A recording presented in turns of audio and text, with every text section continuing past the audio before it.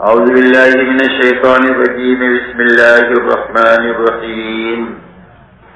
والذين جاهدوا فينا لنهدينهم سبلنا وإن الله لمع المحسنين. وقال الله سبحانه وتعالى والله يهدي إليه من ينيب.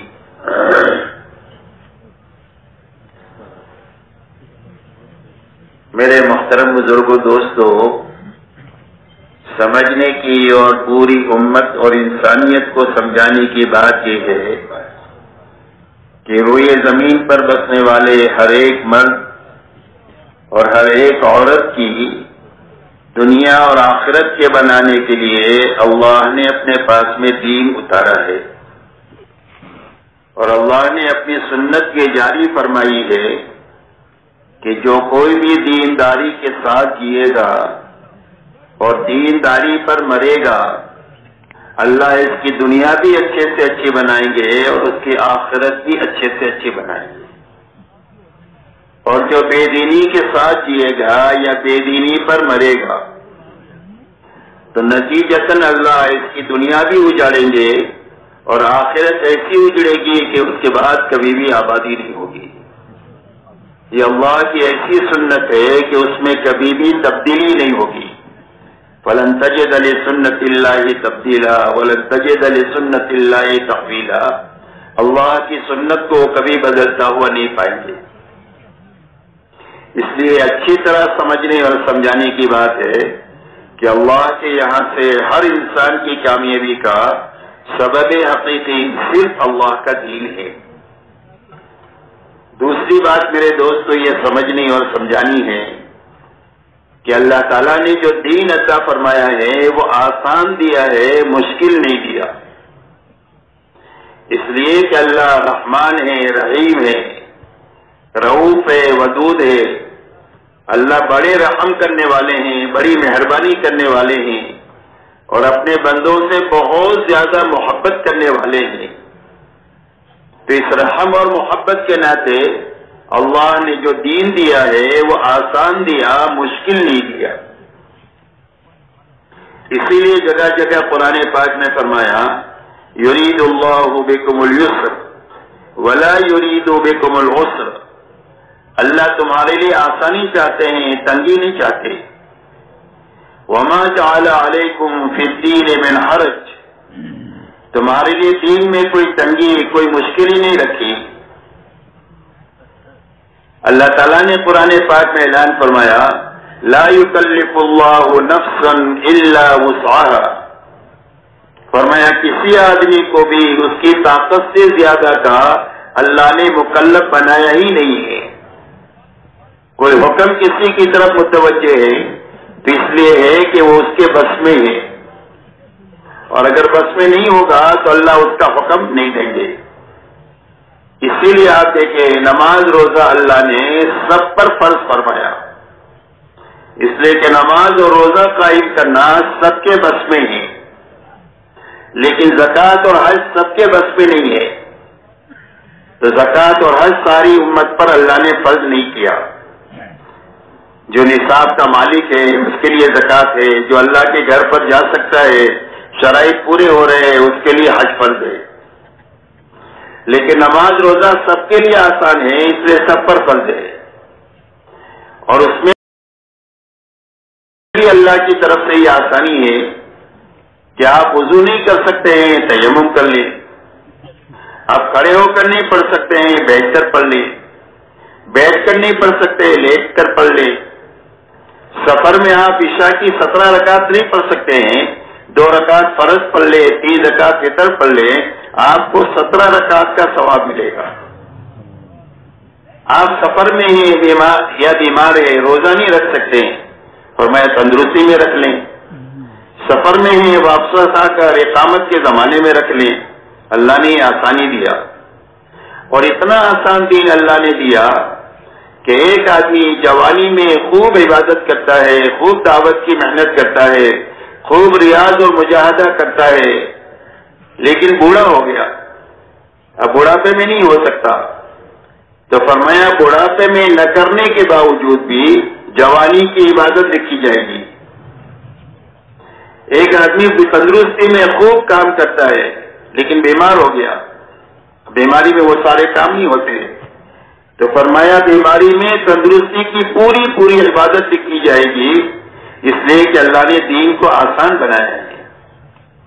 ایک آدمی مقام پر رہ کر خوب عبادت محنت کام کرتا ہے، سفر میں چلا گیا تو سفر میں وہ سارے کام نہیں ہو پاتے، تو فرمایا سفر میں نہ کرنے کے باوجود بھی اقامت کی پوری پوری عبادت کی جائے گی، اس لیے کہ اللہ نے دین کو آسان بنایا ہے۔ یہ بات سمجھنی ہے اور پوری امت کو سمجھانی ہے کہ دین آسان ہے، مشکل نہیں ہے، اور یہ سارے زمانوں کے لیے آسان ہے۔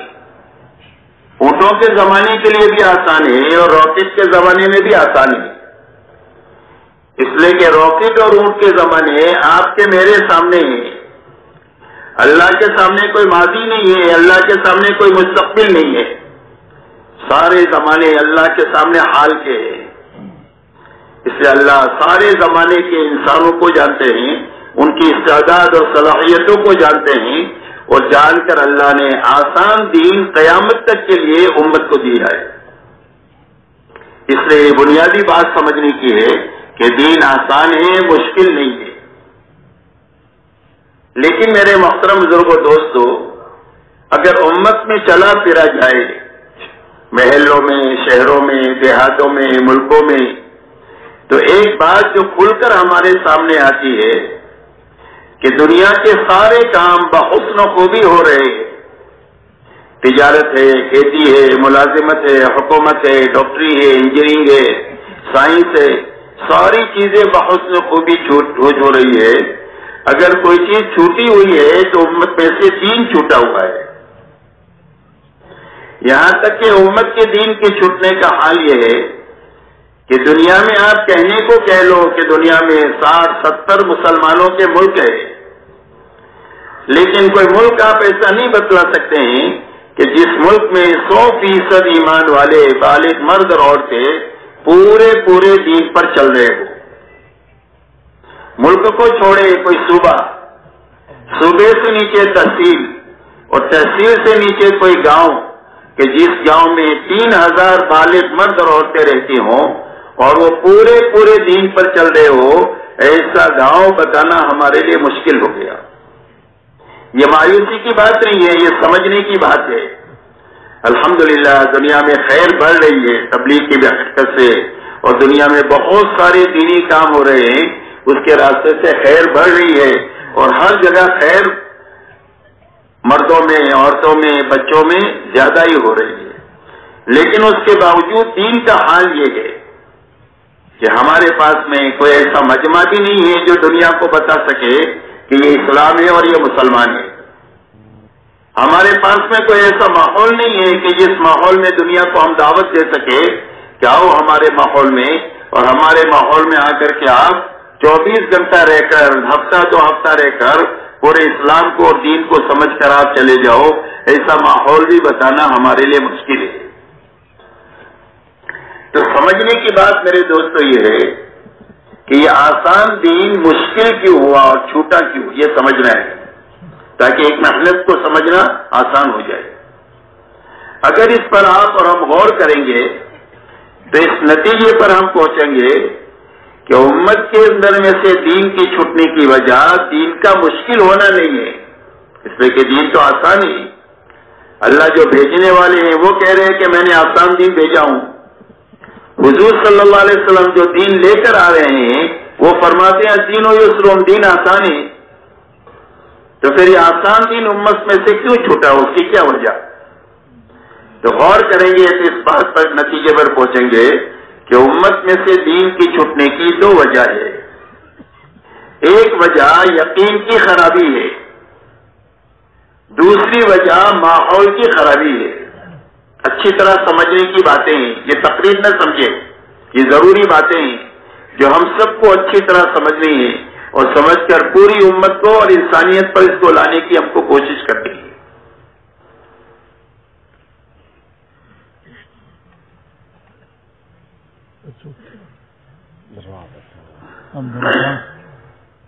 اس لیے کہ آدمی اپنے دین پر جو چلے گا اور دین جو آسان ہوگا وہ معلومات کی وجہ سے نہیں ہوگا اور وسائل کی وجہ سے دین آسان نہیں ہوگا.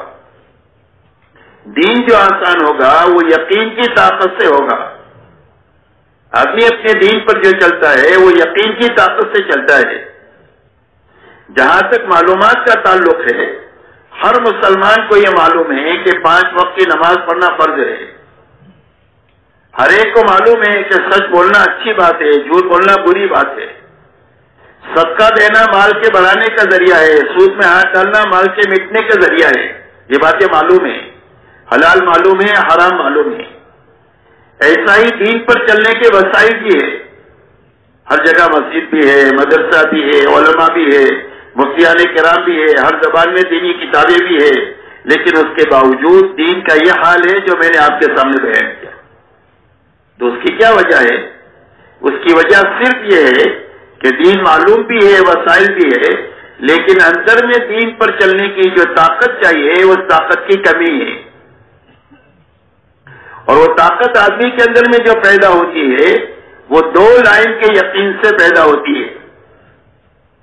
ایک یقین تو اللہ کی ذات اور صفات کا، کہ آدمی کے دل کا یقین یہ بنے کہ اللہ اپنی ذات پہ بھی بڑھے اور صفات پہ بھی بڑھے. اللہ کتنے بڑے؟ کہ دنیا کے جتنے سمندر ہیں وہ ساری روشنائی بنا دی جائے اور دنیا کے سارے درختوں کے قلم بنا دیے جائے اور سارے اولین اور آخرین، انس اور جن اور سارے فرشتے اللہ کی بڑائی کو لکھنا شروع کریں تو ساری روشنائی ختم ہو جائے گی، سارے قلم پورے ہو جائیں گے. اللہ اکبر، اللہ اس سے بھی بڑھے. اور اللہ اپنی صفات پہ بھی بڑھے. اللہ پیدا کرنے والے بڑھے، اللہ مارنے والے بڑھے، اللہ حفاظت کرنے والے بڑھے، اللہ پالنے والے بڑھے، اللہ معاف کرنے والے بڑھے، اللہ پکڑنے والے بڑھے. اللہ کی ہر صفت بڑی. اس لیے سب سے پہلے ہر ایمان والے کا دل کا یقین یہ بنے کہ اللہ اپنی ذات میں بھی بڑھے، اپنے صفات میں بھی بڑھے. دوسرا یقین یہ بنے کہ اللہ نے جو وعدے کیے ہیں دین پر چلنے کے اور دین کے چھوڑنے پر اللہ کی طرف سے جو وعدے ہیں وہ حق ہے، وہ یقینی ہے. آسمان اپنی جگہ سے ہل سکتا ہے لیکن اللہ کا وعدہ خلاف نہیں ہو سکتا ہے، اور اللہ کی وعدے ہیں وہ وعدے جھوٹے نہیں ہو سکتے. اس لیے اللہ کے وعدے اور وعید پر یقین، اس لیے کہ اللہ تعالیٰ نے انسانوں کے دلوں میں حق راسخ ہو جائے اور دین پر چلنے کی طاقت پیدا ہو جائے، اس کے لیے جو علم اتارا ہے وہ وعدے اور وعید کا علم اتارا ہے، بشارت اور انذار کا علم اتارا ہے. حدیث پاک میں فرمایا الصدق ینجی والکذب یہلک، فرمایا سچ آدمی کو نجات دے گی اور جھوٹ آدمی کو ہلاک کرے گا. تو سچ پر نجات کا وعدہ ہے اور جھوٹ پر ہلاکت کی وعید ہے. یہ وعدہ ہے، یہ وعید ہے. قرآن نے فرمایا یمحق اللہ الربا ویربی الصدقات، کہ اللہ سود کو مٹائیں گے اور صدقے سے مال کو بڑھائیں گے. تو سود پر مال کی مٹانے کی وعید ہے اور صدقے پر مال کے بڑھنے کا وعدہ ہے. یہ وعدہ ہے، یہ وعید ہے. یہ 2 مثالیں میں نے آپ کی دیا. پورا قرآن اور حدیث وعدے اور وعید سے بھرا ہوا ہے. اور یہ فضائل کی کتابوں میں ہم سنیں گے تو اس میں فضائل بتلائے ہیں اور وعدے بتلائے ہیں اور وعیدیں بتائی ہے ہر عمل کی. اس عمل کے کرنے کا یہ نفع ہے، اس کے چھوڑنے کا یہ نقصان ہے. اس لیے کہ دلوں میں جو حق راسخ ہوتا ہے وہ فضائل کے راستے سے ہوتا ہے اور وعدے اور وعید کے راستے سے آدمی کے اندر میں کرنے کا شوق پیدا ہوتا ہے اور برے عمل کے چھوڑنے کا فکر پیدا ہوتا ہے. اس کے لیے راستہ وعدے اور وعید کا ہے. اسی لیے سارے نبیوں کو اللہ نے جو بھیجا ہے وہ بشیر اور نذیر بنا کر کے بھیجا ہے. سارے نبیوں کی یہ 2 صفتیں ہیں کہ وہ بشارتیں سناتے ہیں اور انجام کار سے آگاہ کرتے ہیں کہ یہ کرو گے تو یہ نفع ملے گا اور یہ کرو گے تو یہ نقصان ہوگا دنیا میں بھی اور آخرت میں بھی. اس کو انذار کہتے ہیں، اس کو بشارت کہتے ہیں. اس سے میرے دوستو دین پر چلنے کے لیے سب سے پہلے یہ 2 لائن کی طاقت چاہیے. ایک اللہ کی ذات اور صفات کا یقین اور ایک اللہ کے وعدے اور وعید کا یقین۔ اسی لیے اللہ تعالیٰ نے پوری امت کی نجات کے لیے اور سنبھلنے کے لیے دو بنیادیں اپنے پاس سے اتاری ہے، ایک ایمان اتارا ہے اور ایک علم اتارا ہے۔ اسی لیے حضور پاک صلی اللہ علیہ وسلم ارشاد فرماتے ہیں مثل ما بعثنی اللہ من الہدی والعلم کمثل غیث، فرمایا اللہ تعالیٰ نے مجھے جن دو چیزوں کو لے کر کے بھیجا ہے، یعنی ہدایت اور علم کو، ایمان اور علم کو، اس کی مثال بارش کے پانی کی سی ہے۔ تو آپ کی بعثت کن چیزوں کے ساتھ ہوئی؟ ایمان کے ساتھ اور علم کے ساتھ۔ لا الہ الا اللہ محمد رسول اللہ، یہ ایمان اور علم کا مجموعہ ہے۔ اس لیے میرے دوستوں سب سے پہلے محنت اس بات کی ہے دعوت اور تبلیغ کے ذریعے سے کہ ہر ایمان والے کے دل میں دین پر چلنے کی طاقت پیدا کرنے کے لیے یہ دو لائن کا یقین زندہ ہو دعوت کے ذریعے سے اور تعلیم کے ذریعے سے۔ دوسری بات میرے دوستو یہ ہے کہ ہمارے گھر سے لے کر عالم کا ماحول بنے، اس لیے کہ ماحول کا اثر ایسا ہے جیسا کہ موسم کا اثر ہوتا ہے۔ سردی آئے گرمی آئے تو سب کو سردی گرمی لگے گی، امام صاحب کو بھی اور مقتدی کو بھی، بادشاہ کو بھی اور فقیر کو بھی، اس کی کسی کے ساتھ کوئی رشتہ داری نہیں۔ تو جس طرح موسم کا اثر ہے ایسا ہی ماحول کا اثر ہے۔ اگر ماحول میں اچھائی آئے تو طبیعت اچھائی کی طرف چلے گی، اور ماحول میں برائی ہے تو طبیعت برائی کی طرف چلے گی۔ اس میں ماحول کا اثر جو ہے یہ موسم کی طرح ہے۔ اسی لیے حدیث پاک میں یہ فرمایا کل مولود یولد علی الفطرہ، کہ ہر پیدا ہونے والا بچہ فطرت ایمان پر پیدا ہوتا ہے۔ دنیا میں کوئی بھی بچہ کسی کے بھی گھر میں پیدا ہو جائے، اللہ اس کو بے ایمان بنا کر نہیں پیدا کرتے، بلکہ اس کو ایمان کی فطرت پر پیدا کرتے ہیں، اور بڑے سے بڑے ولی بننے کی استعداد رکھ کر اللہ اس کو دنیا میں بھیجتے ہیں، چاہے کسی بے ایمان کے گھر میں پیدا ہو جائے۔ لیکن جس ماحول میں یہ پیدا ہوا اس ماحول میں اس نے ایمان کے خلاف دیکھا، ایمان کے خلاف سنا، اور ایمان کے خلاف بولا، اور ایمان کے خلاف سوچا۔ یہ چار دروازے ہیں دل میں کسی چیز کے اتارنے کے لیے، صحیح غلط کے اتارنے کے لیے۔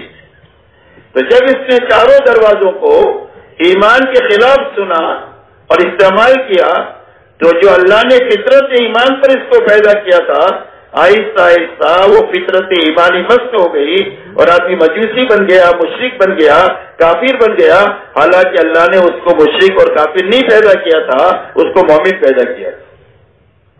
کہ بھائی بات سمجھ میں آ رہی ہے؟ ماحول کا اتنا زبردست اثر ہے کہ جو آدمی کی فطرت کو مست کر دیتا ہے، جس فطرت پر پیدا کیا تھا وہ مست ہو گئی ماحول کی وجہ سے۔ اسی مثال سے اس کو سمجھ سکتے ہیں کہ ایک عطار نے اپنی بیٹی کو چمڑے کے ویپاری کے یہاں دیا، تو عطار کے یہاں تو خوشبو ہی خوشبو، اور چمڑے کے ویپاری کے یہاں بدبو ہی بدبو۔ تو اس بچی نے اپنی ساس سے یہ کہا کہ اماں جان میں تو تمہارے ماحول میں جی نہیں سکتی، مر جاؤں گی چند دن میں، کل گھنٹوں میں مر جاؤ گی۔ تو اس کی ساس نے کہا بیٹی تھوڑی صبر کر لے، سب کام ٹھیک ہو جائے گا۔ ہفتہ 10 دن ہوئے تو اس لڑکی نے ساس سے کہنا شروع کیا کہ اماں آپ نے میری کرامت اور بزرگی دیکھی کہ جب میں تمہارے ماحول میں آئی تھی تو کتنی گندگی تھی، اور میرے آنے کی وجہ سے وہ ساری گندگی ختم ہو گئی، دیکھو یہ میری بزرگی کی علامت ہے۔ تو اس کی ساس نے کہا کہ گندگی نہیں ختم ہوئی، تیری سونگنے کی طاقت ختم ہو گئی۔ ماحول کا اتنا اثر ہے۔ اس میں میرے دوستو دوسری بات ہم یہ چاہتے ہیں کہ دین ہمارے لیے آسان ہو جائے، ہماری عورتوں کے لیے، ہمارے بچوں کے لیے اور ہماری نسلوں کے لیے، تو دو چیز بنانی پڑے گی۔ ایک ہر آدمی کے اندر کا 2 لائن کا یقین بنانا پڑے گا، دوسرا اپنے گھر سے لے کر عالم کا ماحول بنانا پڑے گا۔ اس لیے کہ پورا عالم ابھی ایک محلے جیسا ہو گیا ہے، پورا عالم ایک محلہ جیسا۔ محلے کے ایک کونے پر کھڑے ہو کر آپ آواز دیں تو دوسرے کونے تک پہنچ جاتی ہے، ابھی دنیا کا حال یہ ہے کہ کوئی اچھائی کسی دنیا کے آخری کونے میں شروع ہوتی ہے تو چند سیکنڈ میں دنیا میں پھیل جاتی ہے، اور اگر کوئی برائی شروع ہوتی ہے تو چند سیکنڈ میں پوری دنیا میں پھیل جاتی ہے. دنیا اتنی چھوٹی ہو گئی. اس لیے ہمارے گھر سے لے کر عالم کا ماحول بیک وقت میں بننا چاہیے.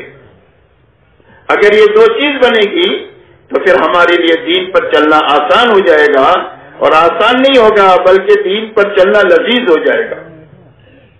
اس لیے کہ دین پر چلنے میں جو لذت ہے دنیا میں اچھے اچھے کھانوں میں وہ نہیں ہے، اچھے اچھے بنگلوں میں، اچھی اچھی گاڑیوں میں اور اچھے اچھے راحت کے نقشوں میں وہ لذت نہیں ہے جو لذت اللہ نے حکم کے پورا کرنے میں رکھی ہے اور نافرمانی سے بچنے میں رکھی ہے.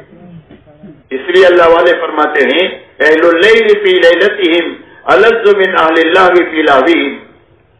فرمایا اللہ والوں کو ان کی راتوں کے جاگنے میں اور گھنٹوں اللہ کے سامنے کھڑا ہونے میں اور اللہ کے سامنے آنسو بہانے میں وہ لذت محسوس ہوتی ہے جو کھیل کود والوں کو اپنے کھیل کود میں وہ لذت محسوس نہیں ہوتی.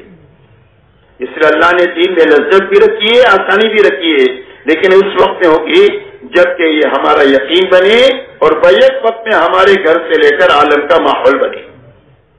اس لیے کہ دین جو آسان ہوتا ہے وہ آپس کے تعاون سے آسان ہوتا ہے. دین جو چلے گا وہ آپس کے تعاون سے آسان ہوگا. اور سب سے پہلے تعاون آدمی کو جو ملنا چاہیے وہ اپنے گھر میں ملنا چاہیے. اور گھر جو بنتا ہے وہ 3 افراد سے بنتا ہے، مرد سے، عورت سے اور بچے بچی سے بنتا ہے. اسی لیے ہم کو حکم دیا گیا ہے کہ ملت ابراہیمی کا اتباع کرے. ثم اوحینا الیک ان اتبع ملت ابراہیم حنیفا. کہ اللہ تعالیٰ ارشاد فرماتے ہیں کہ ہمارے نبی جی ہم نے آپ کے پاس وحی بھیجی ہے کہ آپ ملت ابراہیمی کے پیچھے پیچھے چلیں. تو ملت ابراہیمی میں کیا ہے؟ فرمایا ملت ابراہیمی میں ابراہیم ہے، اسماعیل ہے اور حاجر ہے علیہ الصلوۃ والسلام. ایک مرد ہے، ایک عورت ہے اور ایک بچہ ہے، اور تینوں کا ایک دوسرے کے ساتھ تعاون ہے. تو اس تعاون کی وجہ سے مشکل حکم جو اللہ کی طرف سے آیا وہ آسان ہو گیا. آپ یہ بتائیں ایک بیوی اور بچے کو موت کے منہ میں چھوڑ کر جانا آسان ہے کہ مشکل ہے؟ کہ بولتے رہو آپ حضرات، مشکل ہے. تو آسان کیسے ہوا؟ تعاون کی وجہ سے آسان ہوا. ماں حاجرہ نے پوچھا اللہ نے حکم دیا ہے؟ فرمایا ہاں. فرمایا جاؤ، اللہ ہم کو ضائع نہیں کریں گے، اس لیے کہ اللہ کا حکم آبادی کے لیے ہوتا ہے، بربادی کے لیے نہیں ہوتا. تو اتنا بڑا حکم آسان ہو گیا کہ بیوی کو اور بچے کو بے سر و سامانی میں موت کے منہ میں چھوڑ کر جا رہے. حضرت ابراہیم علیہ السلام کو حکم ہوا کہ اپنے بیٹے اسماعیل کی قربانی دے. کہ وہ بیٹے کو قربان کرنا آسان ہے کہ مشکل ہے؟ تو مشکل کام آسان کیسے ہوا؟ حضرت ابراہیم علیہ السلام نے اپنے بیٹے سے یہ کہا کہ اے بیٹے اسماعیل، میں تجھے دیکھ رہا ہوں کہ میں تجھے ذبح کر رہا ہوں. تو اسماعیل علیہ السلام نے فرمایا یا ابت افعل ما تؤمر ستجدنی انشاء اللہ من الصابرین. ابا جو حکم اللہ آپ کو دے رہے ہیں وہ آپ کر گزریے، آپ مجھے صبر کرنے والا پائیں گے. اس لیے کہ جان اللہ ہی کی دی ہوئی ہے اور اللہ ہی پر لگانے کے لیے دی گئی ہے. اس لیے اللہ پر لگاتے ہوئے چلی جائے تو کام ہو گیا، اور حکم پورا کرتے ہوئے بچ گئی تو کام ہو گیا. اس لیے آپ تو اپنا حکم پورا کریں. تو اتنا بڑا حکم آسان ہو گیا تعاون کے راستے سے. اس لیے دین ہمارے لیے آسان جو ہوگا وہ ہمارے تعاون کے راستے سے آسان ہوگا.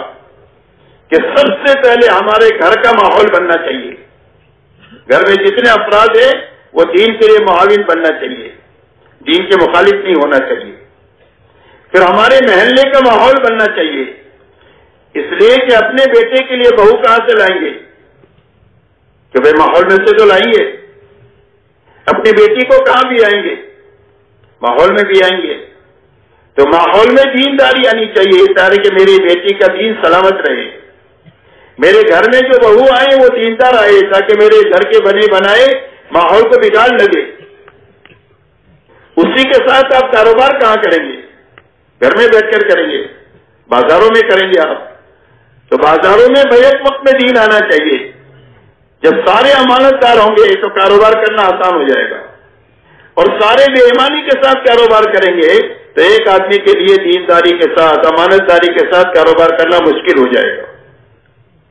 اس لیے ہمارے محلوں میں، ہمارے بازاروں میں، ہمارے شہروں میں، ہمارے ملکوں میں اور عالم میں بیک وقت میں دین کا ماحول بننا چاہیے۔ یہ دو چیزیں بننے کے راستے سے دین آسان بھی ہو جائے گا، لذیذ بھی ہو جائے گا۔ کہ بھائی بات سمجھ میں آ رہی ہے؟ کہ بھائی بات یاد رہے گی؟ اب میرے محترم بزرگوں دوستو، ماحول کا بننا کیا ہے؟ یقین کے بننے میں دو باتیں میں نے بتائی، تو ماحول کے بننے کے کیا معنی ہے؟ ماحول کے بننے کے معنی یہ ہے کہ ماحول میں دو باتیں زندہ ہونی چاہیے، ایک اللہ کی عبادت اور بندگی زندہ ہونی چاہیے، اور ایک آپس میں بھائی چارہ زندہ ہونا چاہیے۔ حضور صلی اللہ علیہ وسلم مدینہ منورہ تشریف لے گئے تو آپ نے مدینہ والوں سے فرمایا کونوا عباد اللہ اخوانا، اللہ کے بندے بن کر جیو اور آپس میں بھائی بھائی بن کر کے جیو۔ یہ دو چیزیں ماحول میں زندہ ہو جائے گی تو ماحول پاکیزہ بن جائے گا۔ ایک تو ہر آدمی اللہ کی عبادت اور بندگی کے ساتھ زندگی گزاری۔ عبادت کے معنی ہے اطاعت کے، کہ جو اللہ نے کرنے کے لیے کہا وہ کریں گے، اور جس سے بچنے کے لیے کہا اس سے بچیں گے، اس کا نام عبادت ہے۔ تو عبادت اور اطاعت زندہ ہو جائے ماحول میں۔ دوسری بات، آپس میں بھائی چارہ زندہ ہو جائے، نفرتیں ختم ہو جائے، دشمنیاں ختم ہو جائے، تیری میری ختم ہو جائے، ایک دوسرے کی غیبت کرنا، ایک دوسرے کا مذاق اڑانا، ایک دوسرے کو تانا دینا، ایک دوسرے سے بدگمانی کرنا، ایک دوسرے کی ٹوہ میں لگنا، ایک دوسرے کی غیبت کرنا، یہ چیزیں ختم ہو کر آپس میں بھائی چارہ زندہ ہو جائے تو ماحول پاکیزہ بن جائے۔ اس لیے دین کے آسان ہونے کی یہ دو بنیادیں ہیں، ایک یقین بننا چاہیے اور ایک ماحول بننا چاہیے۔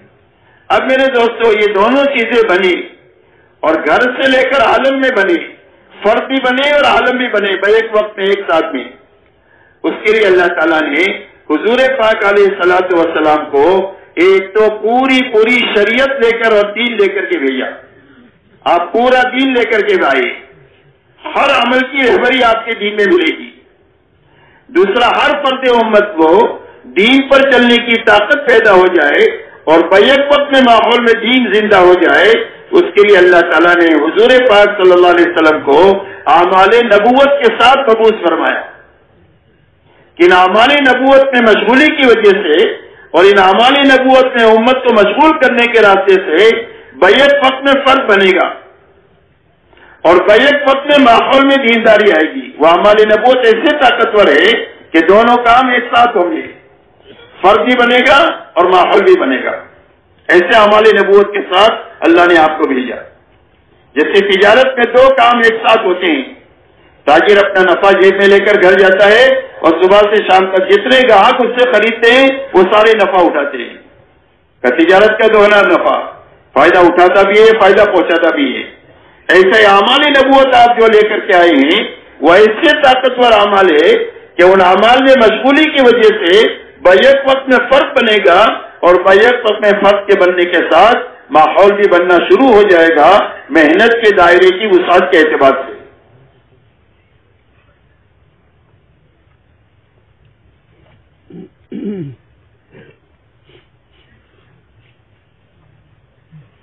ان اعمال نبوت میں سب سے پہلا عمل جو ہے وہ دعوت اللہ ہے۔ اللہ تعالیٰ نے آپ کو داعی بنا کر کے بھیجا کہ جو اللہ کے بے طلب بندے ہیں، اللہ کو نہیں جانتے، نبی کو نہیں جانتے، آخرت کو نہیں جانتے، جاہل ہے، ان میں جا کر کے آپ ان کو اللہ کا تعارف کرائیں۔ یا ایھا المدثر قم فانذر وربک فکبر، کہ اے چادر اوڑھنے والے آپ اٹھیں اور اٹھ کر لوگوں کو اللہ کے عذاب سے ڈرائیں اور لوگوں کو اللہ کی بڑائی سمجھائیں کہ اللہ کتنے بڑے ہیں تمہارے پیدا کرنے والے۔ تو حضور صلی اللہ علیہ وسلم کو سب سے پہلا کام دیا گیا دعوت کا کہ بے طلب بندوں میں بے غرض بن کر آپ پھریں اور پھر کر کے ان کو سب سے پہلے اللہ کا تعارف کرائیں کہ اللہ کتنے بڑے ہیں اور اللہ کی صفات کتنے بڑے ہیں، اللہ کی شانیں کیا ہے، یہ آپ انسانوں کو تعارف کرائیں۔ دوسری بات، انسانوں کو یہ سمجھائیں کہ اتنے بڑے اللہ کو اپنے ساتھ لینے کا کیا راستہ ہے؟ اللہ کو ساتھ لینے کا راستہ ملک و مال کا نہیں ہے، ڈگری اور عہدوں کا نہیں ہے، بلکہ اللہ کو ساتھ لینے کا راستہ اللہ کے حکموں پر عمل کرنا ہے اور نافرمانی سے بچنا ہے۔ اس لیے ان کو واضح اور وہی سنائیں کہ اللہ کے حکم پر عمل کریں گے تو یہ نفع ہوگا، حکم توڑیں گے تو یہ نقصان ہوگا۔ یہ دو باتیں۔ تیسری بات، انسانوں کو یہ سمجھاؤ کہ جب اللہ کے حکم کو پورا کر لو گے اور اللہ کی نافرمانی سے بچ جاؤ گے تو اللہ تمہاری آخرت بنا دیں گے۔ جو تمہاری آخرت اصل زندگی ہے، جہاں کھرب سال تک تم کو رہنا ہے، کبھی تمہاری زندگی ختم نہیں ہوگی، وہ اصل تمہاری زندگی ہے، یہ انسانوں کو سمجھاؤ۔ اس لیے سارے نبی سب سے پہلے دعوت کے ساتھ ان کی بعثت ہوتی ہے، اور دعوت میں یہ تین بنیادیں ہیں، توحید ہے، رسالت ہے اور آخرت ہے۔ اللہ سمجھانا، حکموں پر چلنے کا نفع، بے حکمی کا نقصان سمجھانا، اور آخرت سمجھانا، یہ پہلی بنیاد ہے دعوت کی۔ دوسرا، آپ کو اللہ تعالیٰ نے تعلیم کے ساتھ بھیجا۔ آپ فرماتے ہیں بعثت معلما، اللہ نے مجھے معلم بنا کر کے بھیجا ہے۔ تو دعوت کے راستے سے آدمی میں طلب پیدا ہوگی، اب اس کو دینے کا راستہ تعلیم کا ہے کہ اس کو تعلیم کے حلقوں میں بٹھا کر کے اللہ کے حکموں سے زندگی بننے کا یقین پیدا کرنے کے لیے اتنا سناؤ کہ یقین بن جائے کہ زندگی ملک و مال سے نہیں بنے گی، حکم پر عمل کرنے سے بنے گی، اور حکم توڑنے کے راستے سے زندگی اجڑے گی، یقین بن جائے۔ اس کے لیے دوسرا عمل آپ کو دیا گیا، وہ تعلیم دی گئی کہ آپ کو اللہ نے داعی اور معلم بنا کر کے دنیا میں بھیجا۔ تیسرا، آپ کو حکم دیا گیا اللہ کے سامنے کھڑا ہونے کا، یا ایھا المزمل قم اللیل الا قلیلا، اے چادر اوڑھنے والے، رات کو آپ ہمارے سامنے کھڑے رہیں، آدھی رات کچھ زیادہ کچھ کم ہمارے سامنے کھڑے رہیں، ہماری عبادت میں لگے اور ہماری رحمت کو اللہ کی بندوں کی طرف متوجہ کرانے میں لگے۔ تو حضور صلی اللہ علیہ وسلم کو تیسرا عمل جو دیا گیا وہ ذکر اور عبادت کا دیا گیا کہ اللہ کا ذکر اتنا کرے کہ اللہ تعالیٰ کو پسند آ جائے اور اطاعت زندہ ہو جائے اپنے میں اور امت میں، اور عبادت کی اتنی کثرت کرے کہ آپ کے پیروں پر ورم آ جائے، اتنی عبادت کی کثرت آپ نے کی۔ تو ذکر اور عبادت، اور ذکر کہتے ہیں عمل کو، کہ جو آپ نے سنا ہے اس پر عمل کیا تو ذکر ہو گیا۔ فرمایا کل مطیع ذاکر، فرمایا جو اطاعت کرنے والا ہے وہ ذاکر ہے، جو سنا ہے اپنے تعلیم کے حلقے میں اس پر عمل کرنا ذکر ہے۔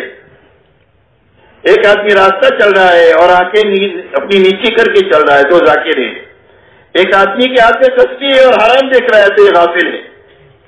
تو ذکر کی حقیقت کیا ہے؟ اطاعت ہے۔ تو آپ کو اللہ تعالیٰ نے ذکر اور عبادت کے ساتھ بھیجا، اور آپ کو اللہ نے اخلاق کے ساتھ بھیجا۔ آپ فرماتے ہیں بعثت لأتمم مکارم الاخلاق، کہ اللہ نے میری بعثت اس لیے کی ہے کہ میں انسانوں کو یہ سمجھاؤں کہ اخلاق کی بلندی کس کو کہتے ہیں، اس لیے کہ پوری دنیا اغراض سے بھری ہوئی تھی، اخلاق کا کہیں نام و نشان ہی نہیں تھا۔ تو آپ نے اخلاق کی بلندی انسانوں کو سمجھائی کہ ظالموں کے ساتھ کیا سلوک کیا جاتا ہے، مارنے والوں کے ساتھ کیا سلوک کیا جاتا ہے، برا بھلا کہنے والوں کے ساتھ کیا سلوک کیا جاتا ہے۔ حضور صلی اللہ علیہ وسلم نے اخلاق کی وہ بلندی عطا فرمائی کہ اللہ نے قرآن میں آپ کے بارے میں فرمایا انک لعلی خلق عظیم، آپ کو تو ہم نے بہت بڑے اخلاق کے ساتھ دنیا میں بھیجا ہے۔ اس لیے آپ کو اللہ تعالیٰ نے دعوت ہے، تعلیم ہے، ذکر اور عبادت اور اخلاق اس کے ساتھ بھیجا۔ آپ ان اعمال میں لگتے ہوئے آپ نے امت کے ہر فرد کو ان اعمال نبوت میں لگایا۔ حضور صلی اللہ علیہ وسلم کے زمانے میں ہر ایمان والے میں تین چیزیں ایک ساتھ پائی جاتی تھی: دعوت، علم اور ذکر۔ دعوت، علم اور عمل کس کے ساتھ؟ کہا کچھ لینے کے ساتھ نہیں، لگانے کے ساتھ، خدمت کرتے ہوئے اخلاق کے ساتھ لوگوں کو لگاتے ہوئے ان اعمال میں لگیں گے۔ اور ان اعمال میں پوری امت کو لگایا گیا، اور اس کے لگنے اور لگانے کے لیے دو میدان تجویز کیے امت کے لیے، ایک میدان نقل و حرکت کا، ایک میدان مقامی محنت کا، ایک ہجرت سے مشابہ ہے، ایک نصرت سے مشابہ ہے۔ اور آپ نے دو ہی جماعت بنائی، تیسری کوئی جماعت نہیں ہے، یا تو مہاجرین ہے یا انصار ہے، اور قیامت تک اللہ کی رضا مہاجرین اور انصار کے ساتھ ہے اور ان کے پیچھے پیچھے چلنے والوں کے ساتھ ہے۔ والسابقون الاولون من المہاجرین والانصار والذین اتبعوهم باحسان رضی اللہ عنہ ورضوا عنہ۔ فرمایا سابقین اولین مہاجر اور انصار نے کے، اور جو ان کے پیچھے پیچھے اخلاص کے ساتھ میں چلا، فرمایا اللہ ان سے بھی راضی ہو گیا اور پیچھے چلنے والوں سے بھی اللہ راضی ہو گیا۔ اس لیے آپ نے ان اعمال میں پوری امت کے لگانے کے لیے دو میدان تجویز فرمائے۔ ایک نقل و حرکت کا کہ امت پھرے دنیا میں اور اپنی جان اور مال کو لے کر پھرے۔ کیا کرتی ہوئی پھرے؟ صرف پھرنے کے لیے نہیں ہے، بلکہ پھرنا دعوت کے ساتھ پھرنا، لوگوں کو اللہ کی طرف بلاتے ہوئے پھرنا، اللہ کے تعارف کراتے ہوئے پھرنا، دین کو سیکھتے ہوئے پھرنا اور دین کو سکھاتے ہوئے پھرنا، اپنے دین پر عمل کرتے ہوئے پھرنا اور اپنی جان مال سے اللہ کے مخلوق کو راحت پہنچاتے ہوئے پھرنا۔ ایک میدان تجویز کیا نقل و حرکت کا کہ امت نقل و حرکت کرے۔ مکی میں زندگی میں انفرادی نقل و حرکت ہے، مدنی زندگی میں اجتماعی نقل و حرکت ہے۔ مکی زندگی میں انفرادی نقل و حرکت ہے اور مدنی زندگی میں اجتماعی نقل و حرکت ہے۔ آپ 25 سے زیادہ سفر آپ نے فرمائی اور اپنے صحابہ سے تقریباً بے سر و سامانی میں 150 سفر کرائے۔ صحابہ کا حال یہ ہے کہ پوری سب بھوک کی وجہ سے گر جا رہی ہے، کپڑوں کی کمی اتنی ہے کہ ایک دوسرے کی اوٹ پہ بیٹھتے ہیں کہ سطر کھل نہ جائے، سواریوں کی اتنی کمی ہے کہ ایک ایک سواری پر 10 سوار بھاری بھاری سوار ہوتے ہیں، پیدل چلتے ہیں، پیر پھٹ گئے چترے باندھ کر کے چل رہے۔ پانی کی اتنی کمی ہے کہ اونٹ کی اوج نچوڑ کر کے اپنے گلوں کو تر کیا ہے۔ اس میں سر و سامانی میں اجتماعی نقل و حرکت کے لیے آپ نے صحابہ کو 150 مرتبہ مدینہ چھڑایا ہے۔ اس لیے میرے دوستو ایک نقل و حرکت پوری امت کے لیے کہ امت پھرے، اور کہاں پھرے؟ کہا پورے عالم میں پھرے، جہاں تک پھر سکتے ہیں پھرے۔ اور کیسے پھرے؟ فرمایا دعوت دیتے ہوئے پھرے، دین کو سیکھتے سکھاتے ہوئے پھرے، اپنے دین پر عمل کرتے ہوئے پھرے اور اپنی جان مال کو اللہ کی مخلوق پر لگاتے ہوئے دنیا میں پھرے۔ ایک نقل و حرکت میدان تجویز کیا، لیکن پوری زندگی آدمی نہیں پھر سکتا۔ اللہ ہی نے ماں باپ کی ذمہ داری دی ہے، اللہ ہی نے بیوی بچوں کی ذمہ داری دیا ہے، تو اس کے لیے آپ کو کمانا بھی پڑے گا، لگنا بھی پڑے گا، خرچ کرنا بھی پڑے گا اور کمانا بھی پڑے گا اور اس کو پورا کرنے کے لیے وقت بھی دینا پڑے گا۔ تو اس کے لیے ہمیشہ آدمی پھر نہیں سکتا۔ اس لیے زندگی پر ملنگ بننے کی دعوت نہیں ہے دین میں، ہمارے دین میں ملنگ بنا نہیں ہے کہ بھئی سب چھوڑ چھاڑ کر کے کونے میں پکڑو اور پسے اٹھا کر پھرتے رہو، کا اس کی کوئی تشکیل نہیں ہماری تبلیغ میں، اس لیے کہ اسلام میں اس کی گنجائش نہیں ہے، اور اسلام میں نفسانیت بھی نہیں ہے کہ سب چھوڑ چھاڑ کر دنیا کے کمانے میں لگاؤ حلال حرام سے، فرمایا اس کی بھی گنجائش نہیں ہے۔ تو آپ پھریں گے، پھر کر آپ واپس آئیں گے، تو واپس جب آئیں گے اور آپ اللہ کے راستے میں پھریں گے تو پھرنے کے زمانے میں مسجد کا ماحول آپ کو ملے گا اور مسجد میں اعمال نبوت میں آپ مشغول رہیں گے، تو اس کا نتیجہ یہ ہوگا کہ اللہ تعالیٰ آپ کے اندر میں اللہ کے دین پر چلنے کی طاقت بھی پیدا کریں گے اور آپ کا فکر بھی اللہ کے راستے میں پھرنے کی وجہ سے بدلیں گے۔ لیکن جب آپ واپس آئیں گے اور واپس آنے کے بعد میں اپنے گھر اور مقام پر آپ کو یہ ماحول نہیں ملے گا اور یہ اعمال بھی نہیں ملیں گے، تو ماحول سے متاثر ہو کر کوئی خوبی زندگی میں آئی ہے یا ماحول کی بگاڑ کی وجہ سے وہ خوبی آہستہ آہستہ یا تو کم ہو جائے گی یا ختم ہو جائے گی، اس لیے کہ ماحول کا اثر میں نے بتایا ایسا ہے جیسا کہ موسم کا اثر ہے۔ ایک لوہے کا ٹکڑا ہے، آپ نے تندور میں ڈالا تو پہلے ٹھنڈا تھا اور کالا تھا، اب تندور میں یہ لال ہو گیا اور یہ گرم ہو گیا۔ اب آپ اس کو ٹھنڈی جگہ میں رکھیں گے 2-4 گھنٹے کے لیے تو کیا ہوگا اس لوہے کے ٹکڑے کا؟ کیا ہو جائے گا بھائی؟ ٹھنڈا بھی ہو جائے گا اور کالا بھی ہو جائے گا، اپنی اصلیت پر لوٹ جائے گا۔ اگر ہم یہ چاہتے ہیں کہ یہ کالا ہی کالا نہ رہے بلکہ گرم رہے اور یہ لال رہے تو اس کا کیا راستہ؟ ایک راستہ یہ ہے کہ یہ تندوری میں رہے، لیکن یہ تو ہو سکتا نہیں ہے کہ پوری زندگی تبلیغ میں پھرے، تو واپس تو آنا ہی ہے. تو دوسرا راستہ یہ ہے کہ ایک تندور سے نکال کر دوسرے تندور میں آپ رکھ دو، اور دوسرا تندور جو ہے وہ مقامی کام ہے. جب مقامی کام میں آدمی اپنے آپ کو لگا دے گا واپس آنے کے بعد میں، اور ماحول کے بنانے کی محنت میں لگ جائے گا اور اعمال کو زندہ کرنے کی محنت میں لگ جائے گا، تو یہ ٹھنڈا بھی نہیں ہوگا اور یہ کالا بھی نہیں ہوگا، بلکہ جو ترقی نکلنے کے زمانے میں ہوتی تھی وہی ترقی اس کو مقام پر ہوتی رہے گی، بلکہ زیادہ ہوگی اس کی ترقی. اس لیے کہ نکل کر کام کرنا آسان ہے کہ وہ جماعت میں نکلنے میں مجاہدہ کیا ہے؟ صرف آپ کا لاہور کا ایئرپورٹ چھوڑنا یہ مجاہدہ ہے بس، یا کراچی کا ایئرپورٹ چھوڑنا یہ مجاہدہ ہے. اور جہاں آپ نے ایئرپورٹ چھوڑ دیا، اب نہ بیوی ہے، نہ بچے ہیں، نہ گھر ہے، نہ کاروبار ہے، کچھ نہیں ہے. یا تو مسجد کی چھت ہے یا مسجد کا فرش ہے کہ وہ سارے کام کرنا آسان ہے کہ نہیں. لیکن مقام پر تو سارے تقاضے ہیں، بیوی بھی ہے، بچے بھی ہے، ماں باپ بھی ہے، گھر کاروبار بھی ہے، کسی کو لینا بھی ہے، کسی کو دینا بھی ہے. تو اس مقام پر رہتے ہوئے ان اعمال میں کام لگنا، اس میں زیادہ مجاہدہ ہے. جب آپ اس مجاہدے کے ساتھ ان اعمال میں لگیں گے تو جو ترقی اللہ کے راستے میں ہو رہی تھی اس سے زیادہ ترقی آپ کی مقام پر بھی ہوگی، اس لیے کہ ترقی مجاہدے کی بقدر ہوتی ہے. یہ بات سمجھ میں آ رہی ہے میں کیا کہنا سمجھانا چاہ رہا ہوں کہ بھائی سمجھ رہا ہے پورا مجمع؟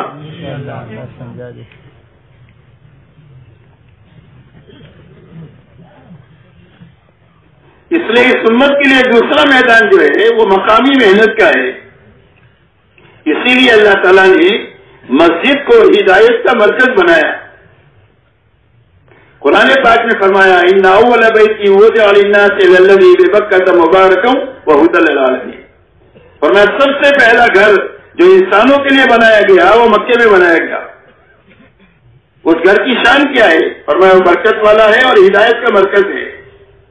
بیت اللہ پر ہدایت اترتی ہے اور بیت اللہ کے راستے سے دنیا کی ساری مساجد پر جاتی ہے، اور سارے مساجد میں اعمال مسجد قائم کرنے کی وجہ سے مسجد میں آنے والوں کو ملتی ہے.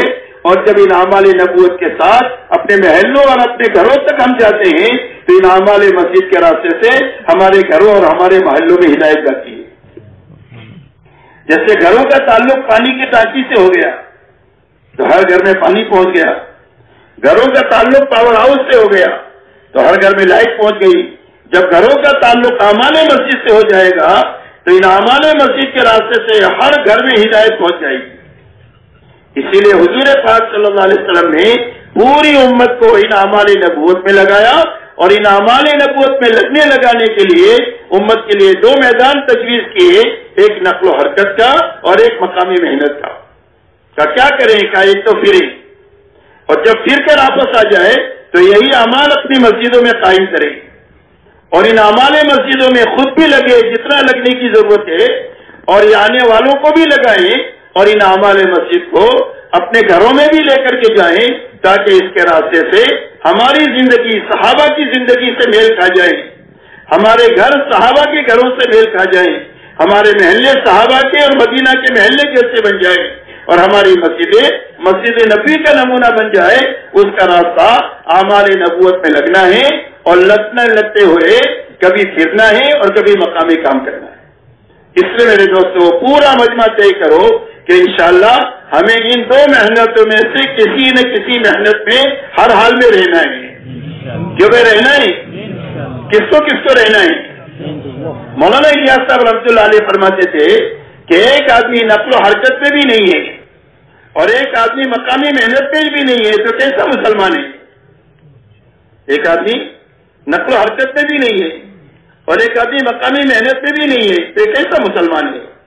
اس لیے کہ مسلمان کے یہی دو کام ہیں کہ یا تو فارغ ہو کر اللہ کے دین کے کام کے لیے پھر رہا ہوگا، یا مقام پر اپنے گھر کاروبار کی دیکھ بھال کے ساتھ میں مقام پر اللہ کے دین کا کام کر رہا ہوگا. اس کے علاوہ تیسرا کوئی کام نہیں. اس لیے میرے دوستو حضور پاک صلی اللہ علیہ وسلم نے اس بنیاد پر امت کو اٹھایا. جب ان اعمال میں لگنے کا حق ادا ہو گیا اور نقل و حرکت اور مقامی محنت جس انداز میں ہونی چاہیے ہو گئی تو اللہ نے اس کے اندر میں وہ طاقت رکھی ہے کہ جس کے نتیجے میں مجمع بھی تیار ہو گیا اور ماحول بھی تیار ہو گیا. کیا ہو گیا تیار؟ مجمع بھی تیار ہو گیا اور ماحول بھی تیار ہو گیا، جس کے نتیجے میں 100% ایمان والوں کے لیے دین پر چلنا آسان نہیں ہوا بلکہ لذیذ ہو گیا.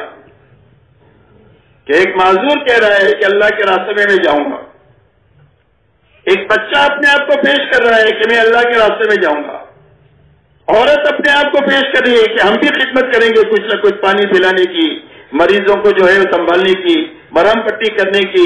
پوری امت کے لیے دین بھی آسان ہو گیا اور دین کی محنت بھی آسان ہو گئی، اس لیے کہ اللہ تعالیٰ نے ان اعمال نبوت میں اور اس 2 لائن کی محنتوں میں وہ طاقت رکھی ہے کہ صدیوں میں جو نقصان ہوا ہے اس کی تلافی سالوں میں ہو جائے. اسی لیے آپ اندازہ لگائیں، حضرت عیسیٰ علیہ السلام اور حضور صلی اللہ علیہ وسلم کے بیچ میں 650 سال کا زمانہ ہے جس میں کوئی نبی نہیں آئے.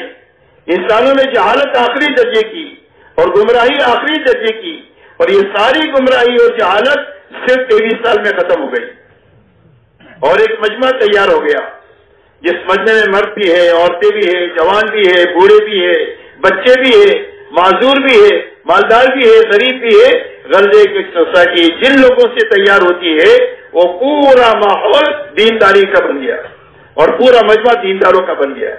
اس کے لیے اس کی دعوت ہے اسلموا تسلموا، کا اسلام لاؤ سلامتی ملے گی. کا کون سا اسلام؟ فرمایا ہمارے جیسے ہو جاؤ. اتنا بڑا کام ہو گیا صرف 23 سال میں. دوسرا کام میرے دوستو یہ ہوا کہ ماحول تیار ہو گیا پورے حجاز کا، خصوصیت کے ساتھ مدینہ منورہ کا، کہ جس ماحول میں 100% ایمان والے ان کے دلوں میں اللہ رسول کی محبت سب سے زیادہ تھی. تلاش کرنے سے آپ کو کوئی بے نمازی نہیں ملے گا. ہر آدمی اپنے دین سے باخبر تھا، ہر آدمی اپنے دین پر عمل کرنے والا تھا. ان کی معاشرت کی پاکیزی اس درجے کی تھی کہ ایک بکری کی سری 7 گھروں میں گھوم پھر کر کے پہلے گھر پر واپس آتی ہے. یہ اس بات کا پتہ دیتی ہے کہ ہر آدمی یہ چاہتا ہے کہ میں بھلے بھوکا رہوں، میرا بھائی کھا لے. یہ ان کی معاشرت کا حال ہے کہ ایسا معاشر حقوق کی ادائیگی اس درجے کی زندہ ہو گئی. تلاش کرنے سے آپ کو کوئی دنیا کا طالب نہیں ملے گا، سارے آخرت کے اللہ کی رضا کے طالب ملیں گے. 100% ایمان والے اپنے آپ کو دین کا ذمہ دار سمجھتے ہیں کہ میں جس طرح باپ ہوں، بچوں کا ذمہ دار ہوں، شوہر ہوں، بیوی کی ذمہ داری میرے پر ہے، مسلمان ہوں، اسلام کی ذمہ داری بھی مجھ پر ہے. لہذا جو ذمہ داری دنیا کی پوری کرنے کے لیے جتنی جان مال وقت صلاحیت کی ضرورت ہوتی ہے میں خوشی خوشی لگاتا ہوں، دین کی ذمہ داری کی پورا کرنے کے لیے بھی جتنی جان مال وقت صلاحیت کی ضرورت ہے لگاؤں گا، خوشی خوشی لگاؤں گا، بغیر کسی بوجھ کے لگاؤں گا. اسی لیے آج کے زمانے میں کام کی سطح یہ تھی کہ جب کوئی دعوت کا تقاضا آتا تھا تو نماز کے عنوان پر مسجد میں ایمان والوں کو جمع کر دیا جاتا.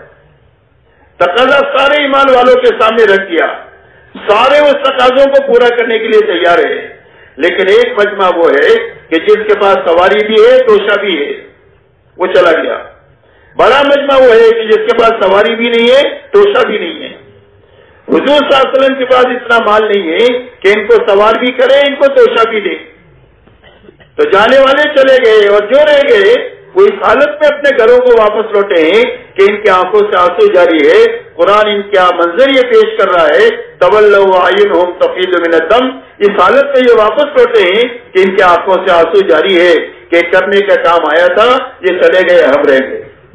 اور آپ نے فرمایا کہ یہ واپس جانے والے بھی ان جانے والوں کے ساتھ ہے. اللہ جو اکرام ان کا کریں گے وہ اکرام ان کا کریں گے. اس لیے کہ اللہ کی نگاہ آدمی کے دل پر ہوتی ہے اور اس کے صحیح اور غلط جذبے پر ہوتی ہے. صحیح جذبے پر اللہ نواز دیتے ہیں اور غلط جذبے پر اللہ کی طرف سے پکڑ ہو جاتی ہے.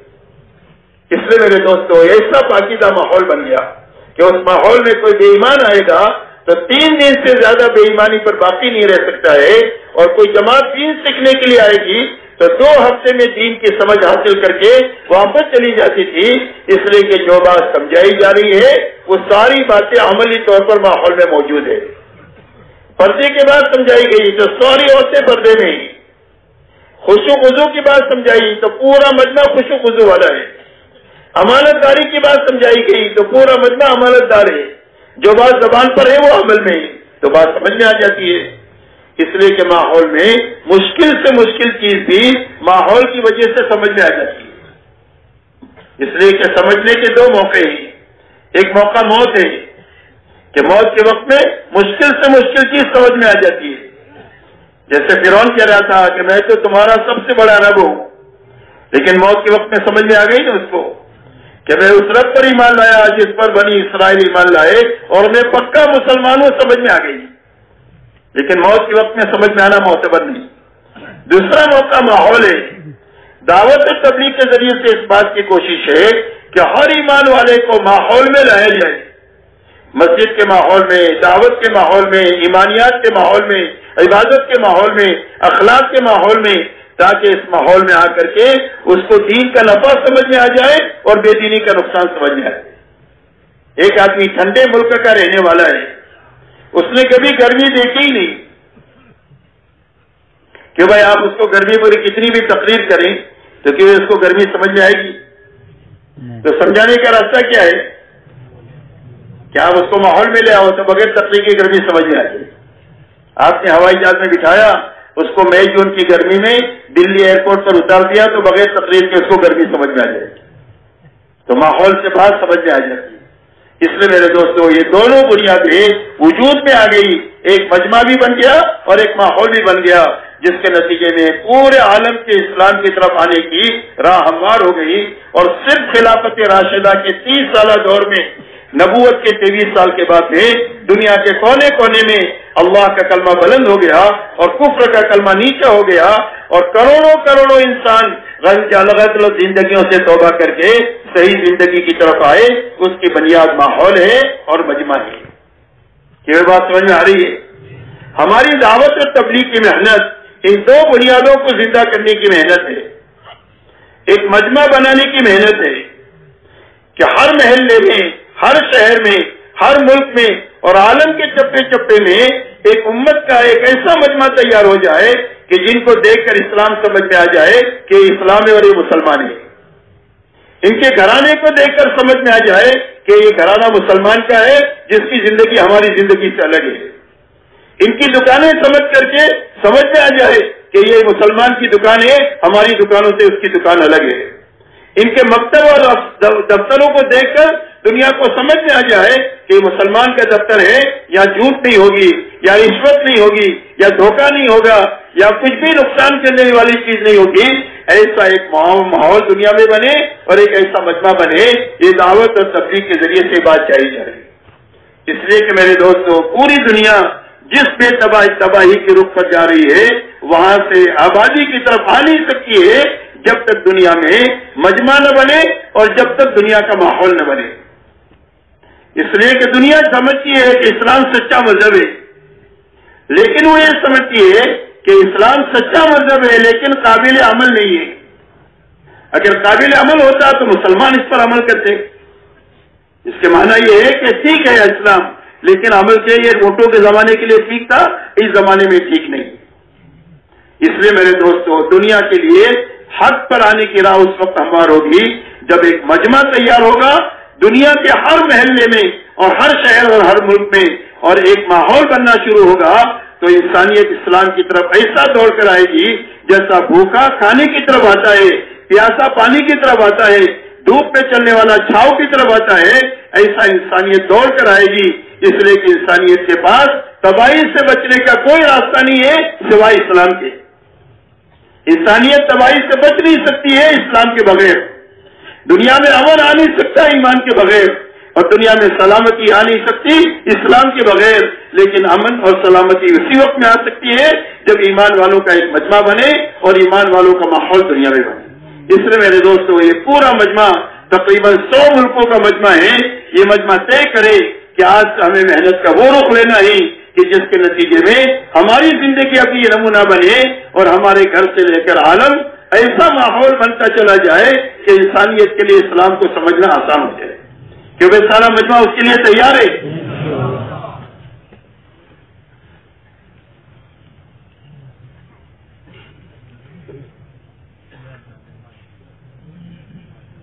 جو کام میرے محترم دوستو قرن اول میں ہوا ہے، آج بھی اسی راستے سے ہوگا۔ قرن اول میں جو کام جس راستے سے ہوا ہے وہ کام آج بھی اسی راستے سے ہوگا.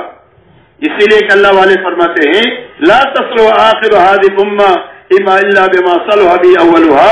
فرمایا اس امت کے آخری مجمع کی اصلاح ہو نہیں سکتی ہے مگر اس راستے سے جس راستے سے پہلے لوگوں کی اصلاح ہوئی. تو آپ کے زمانے میں اس راستے سے کام ہوا.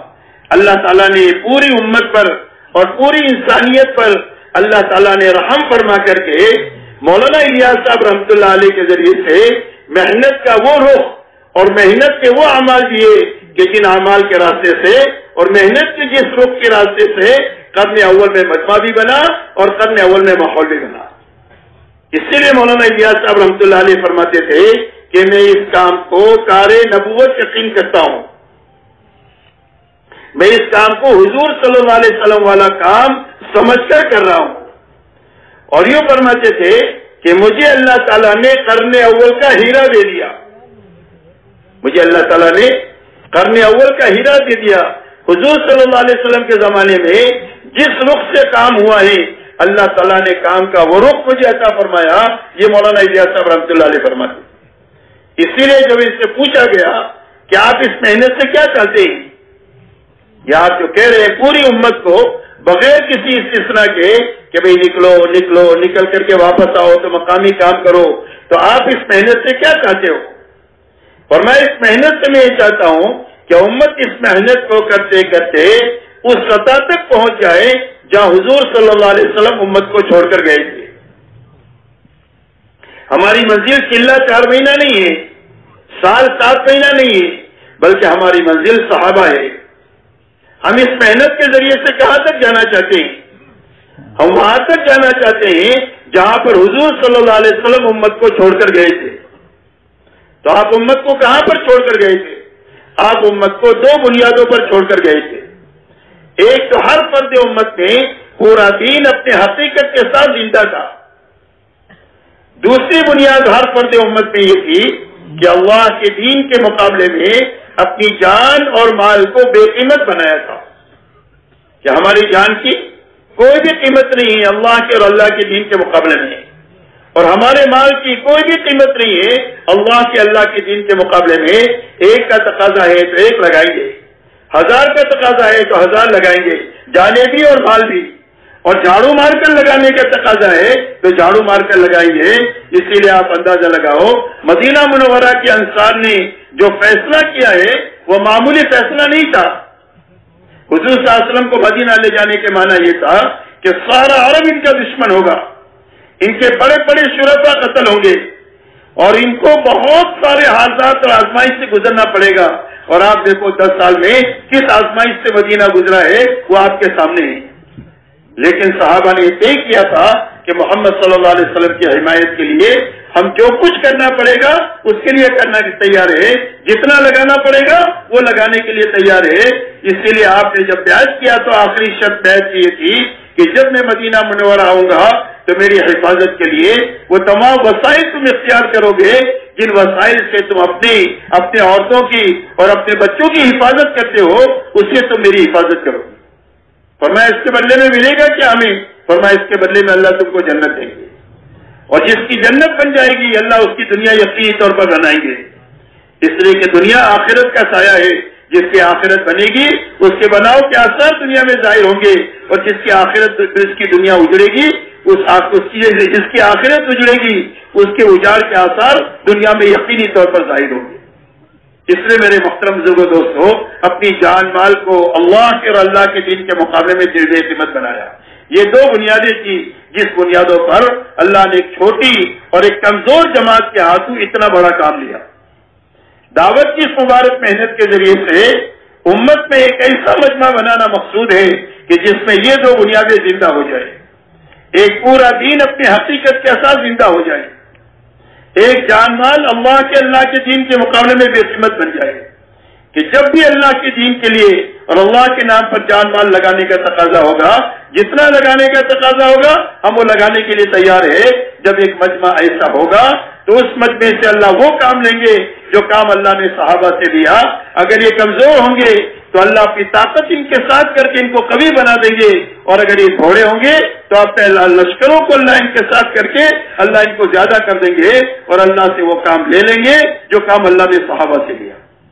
اس لیے میرے دوستو، ہماری اس محنت کی یہ دو بنیادیں ہیں، اس لیے پورا مجمع یہ طے کرو کہ ہمیں اس محنت سے ان دو بنیادوں تک جانا ہے کہ بھائی جانا ہے۔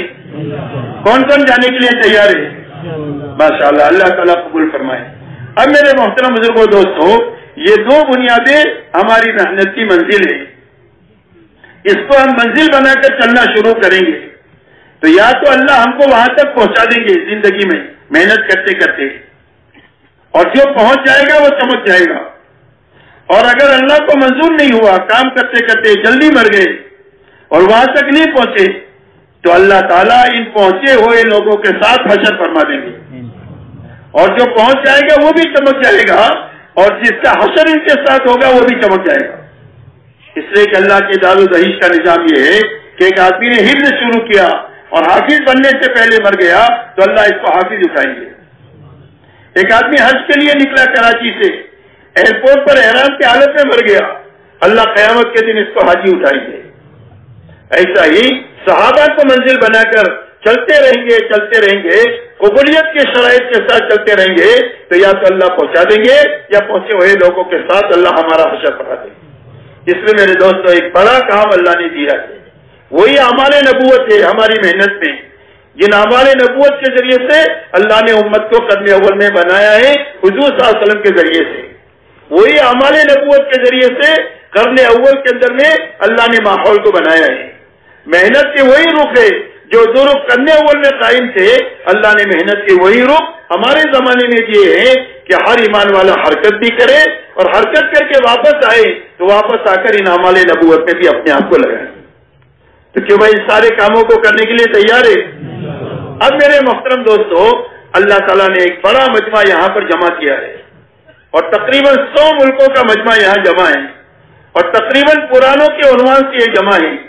اب یہ سارا مجمع یہ طے کرے، سب سے پہلی بات تو یہ کہ اس کام کو ہمیں صحیح طریقے سے کرنا ہے، اور اس کام کو پوری طریقے سے کرنا ہے، اس لیے کہ اللہ کی مدد تک پہنچنے کی یہ دو بنیادیں ہیں کہ کام صحیح ہونا چاہیے اور ایک پورا ہونا چاہیے، کیفیت صحیح ہونا چاہیے، کمیت پوری ہونی چاہیے، کام کرنے کا طریقہ صحیح ہونا چاہیے، اور ایک اس کی مقدار پوری ہونی چاہیے۔ اس کے لیے سب سے پہلے ہمارے کام کرنے کا طریقہ ہو، صحیح ہو، اس کے لیے ہم یہ طے کریں کہ اس کے لیے سب سے پہلی بنیاد ہے اس محنت کو قربانی کے ساتھ کرنا۔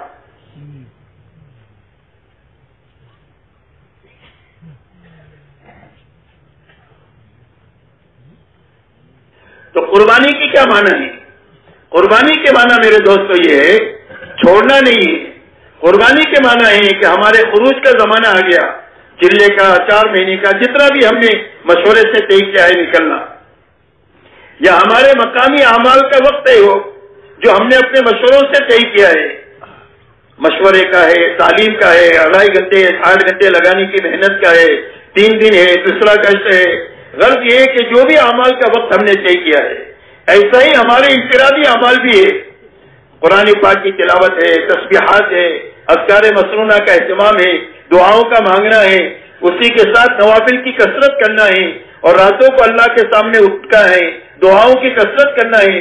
جو بھی انفرادی اجتماعی اعمال کے لیے ہم نے اوقات طے کیے ہیں، ہر حال میں ہر عمل کو اپنے وقت پر کرنا، جی چاہے تو بھی کرنا، نہ چاہے تو بھی کرنا، فرصت ہو تو بھی کرنا، اور مشغولی ہو تو مشغولی کے کام کو آگے پیچھے کرنا، عمل کو اپنے وقت پر کرنا، اس کا نام قربانی ہے۔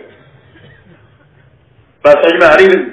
چھوڑنا نہیں، وقت پر عمل کو کرنے کا نام قربانی ہے۔ مولانا سعید خان صاحب رحمۃ اللہ علیہ فرماتے تھے کہ ایک آدمی نے فجر سے پہلے اپنی تسبیحات پڑھنے کا وقت طے کیا ہے، کسی مشغولی کی وجہ سے، دنیاوی یا دینی مشغولی کی وجہ سے وہ وقت چھوٹ گیا اور تسبیح نہیں ہوئی وقت پر، تو ظہر سے پہلے اس کو پورا کرنا ہے، تو پہلے اس تاخیر پر استغفار کرے، پھر اپنی تسبیح پوری کرے۔ بات سمجھ میں آ رہی؟ تو ہر عمل کو اپنے وقت پر کرنا یہ قربانی ہے۔ جی چاہا تو کیا، نہیں چاہا تو نہیں کیا۔ فرصت ہوئی تو کیا، نہیں فرصت ہوئی مشغولی ہوئی تو چھوڑ دیا. یہ کام نہیں ہوتا ہے، یہ کھیل ہوتا ہے، اور کھیل پر اللہ کی طرف سے کوئی وعدہ نہیں.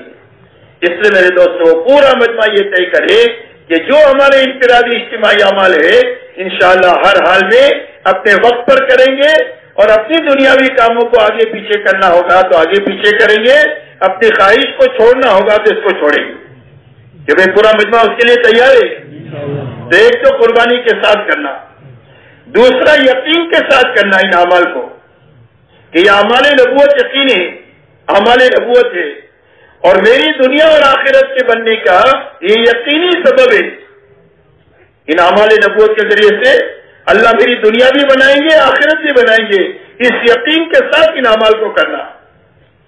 آپ دیکھو صحابہ کو اللہ نے ہدایت کا وہ مقام جو دیا ہے ان اعمال نبوت سے مشغولی کی وجہ سے دیا ہے. اللہ نے ان کی روزی روٹی کا مسئلہ جو حل کیا ہے ان اعمال نبوت میں لگنے کی وجہ سے کیا ہے. اللہ نے ان کے مسائل کو حل کیا ہے، الجھنوں کو ختم کر کے عافیت کے حالات جو پیدا کیے ہیں ان اعمال میں اور اس محنت میں مشغولی کی وجہ سے کیا ہے. تو ہمارا یقین ہی ہو کہ ان اعمال میں جب ہم ہر حال میں لگیں گے تو اللہ ہماری آخرت بھی بنا دیں گے اور اللہ یہ دنیا بھی بنا دیں گے. اس یقین کے ساتھ اس کو کرنا، اس لیے کہ میرے دوستو استقامت کا سبب یقین ہے. استقامت کا سبب یقین ہے. اگر یقین نہیں ہے زندگی کے بننے کا تو پکڑنا چھوڑنا ہوگا، کرنا اور چھوڑنا ہوگا، اور یقین ہوگا تو ہر حال میں آدمی کرے گا. ایک مرتبہ مولانا الیاس صاحب رحمۃ اللہ علیہ میواتی لوگوں سے بات کر رہے تھے. مجھے سمجھ میں آ گیا اور میں آ گیا سمجھ میں، اور میں سمجھ میں نہیں آیا، سننے میں آیا ہے. اور اگر سمجھ میں آنا کس کو کہتے ہیں، اگر یہ سمجھنا ہے تو مسجد سے باہر چلے جاؤ اور دنیا داروں کو دیکھو جن کو دنیا سمجھ میں آئی ہے. کس کو دیکھو؟ دنیا داروں کو دیکھو جن کو دنیا سمجھ میں آئی ہے. تاجر کو، کسان کو، ملازم کو، حاکم کو، ڈاکٹر کو، انجینئر کو، سب کو اپنا کام سمجھ میں آ گیا، اس سے ہر حال میں کر رہا ہے. کوئی تعریف کرے تو بھی کرے اور کوئی برائی کرے تو بھی کرے، سردی گرمی بڑھے گھٹے تو بھی کرے، ہر حال میں، اس لیے کہ اس کو کام سمجھ میں آ گیا ہے. اور سمجھ میں آنے کی بنیاد کیا ہے کہ ہر مسئلے والے کا یقین یہ ہے کہ میری زندگی کی ہر ضرورت میرے اس مسئلے سے پوری ہوگی. اگر سوئی کی ضرورت پڑے گی تو میرے مسئلے سے آئے گی. بچے بڑے ہو گئے، شادی کے خرچے کی ضرورت ہوگی تو میرے مسئلے سے آئیں گے. مکان بنانے کی ضرورت ہوگی تو اسی مسئلے سے خرچہ آئے گا. گاڑی خریدنے کا تقاضا ہوگا تو یہی سے آئے گا. ہر ایک کا یقین ہے کہ میری ساری چھوٹی بڑی ضرورت ہے میرے اس مسئلے سے پورے ہوگی. یہ یقین اس کی استقامت کا سبب ہے. تو ہمارا یقین یہ بنے کہ ہماری زندگی کے جتنے چھوٹے بڑے مسائل ہیں وہ مسائل اللہ اس محنت کی برکت سے حل کریں گے. یہ یقین کے ساتھ اس کام کو کریں گے تو ہر حال میں کام پر اللہ تعالیٰ استقامت عطا فرمائے. اس لیے ایک تو قربانی کے ساتھ کرنا اور ایک یقین کے ساتھ کرنا. دوسرا ہر عمل کو عظمت کے ساتھ کرنا کہ یہ اعمال نبوت بڑے اعمال ہیں جن اعمال کے لیے حضور پاک صلی اللہ علیہ وسلم کی 23 سالہ نبوت والی زندگی مسلسل حرکت میں رہی ہے. آپ اندازہ لگائیں حضور صلی اللہ علیہ وسلم نے انگلی کا ایک اشارہ کیا چاند کو تو 2 ٹکڑے ہو گئے. تو جس اعمال کے لیے آپ گھنٹوں گھنٹوں اپنے آپ کو تھکایا ہے ان اعمال میں اللہ نے کتنی طاقت رکھی ہے. اس کی عظمت کے ساتھ میں ہر عمل کو کرنا کہ ہر عمل بڑا، دعوت کا عمل بڑا، تعلیم کا عمل بڑا، ذکر و عبادت کا عمل بڑا، اخلاق کا عمل بڑا. اس لیے کہ یہ اعمال وہ ہے کہ جن اعمال میں حضور صلی اللہ علیہ وسلم کی پوری 23 سالہ زندگی لگی ہے یہ بڑے اعمال ہیں اور ان بڑے اعمال کی عظمت کے ساتھ ان اعمال کو کرنا. اسی کے ساتھ میں میرے دوستو صحیح ترتیب کے ساتھ ان اعمال کو کرنا. کس کے ساتھ کرنا؟ صحیح ترتیب کے ساتھ میں.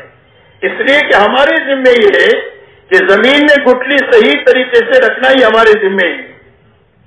آپ نے 5 میٹر نیچے زمین میں گٹلی ڈال دیا کہ وہ اگے گی، کہ وہ اگے گی 5 میٹر نیچے سے. آپ زمین پر پھینک کر آ گئے تو اگے گی؟ نہیں اگے گی. آپ کے ذمے صرف اتنا ہے کہ زمین میں صحیح طریقے سے گٹلی کو دفن کرو. درخت کون بناتے ہیں؟ اللہ بناتے ہیں. نطفے کو صحیح جگہ رکھنا انسان کے بس میں ہی. انسان کون بناتا ہے؟ اللہ بناتے ہیں.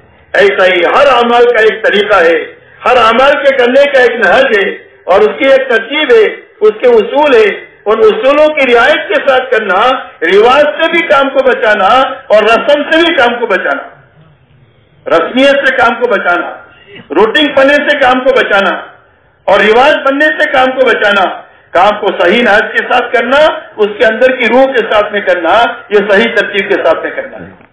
اس لیے سارا مجمع یہ طے کرے کہ ایک تو اس عمل کو قربانی کے ساتھ کریں گے، یقین کے ساتھ کریں گے، عظمت کے ساتھ کریں گے اور صحیح ترتیب کے ساتھ کریں گے. کہ وہ کرنے کے لیے تیار ہے سارا مجمع.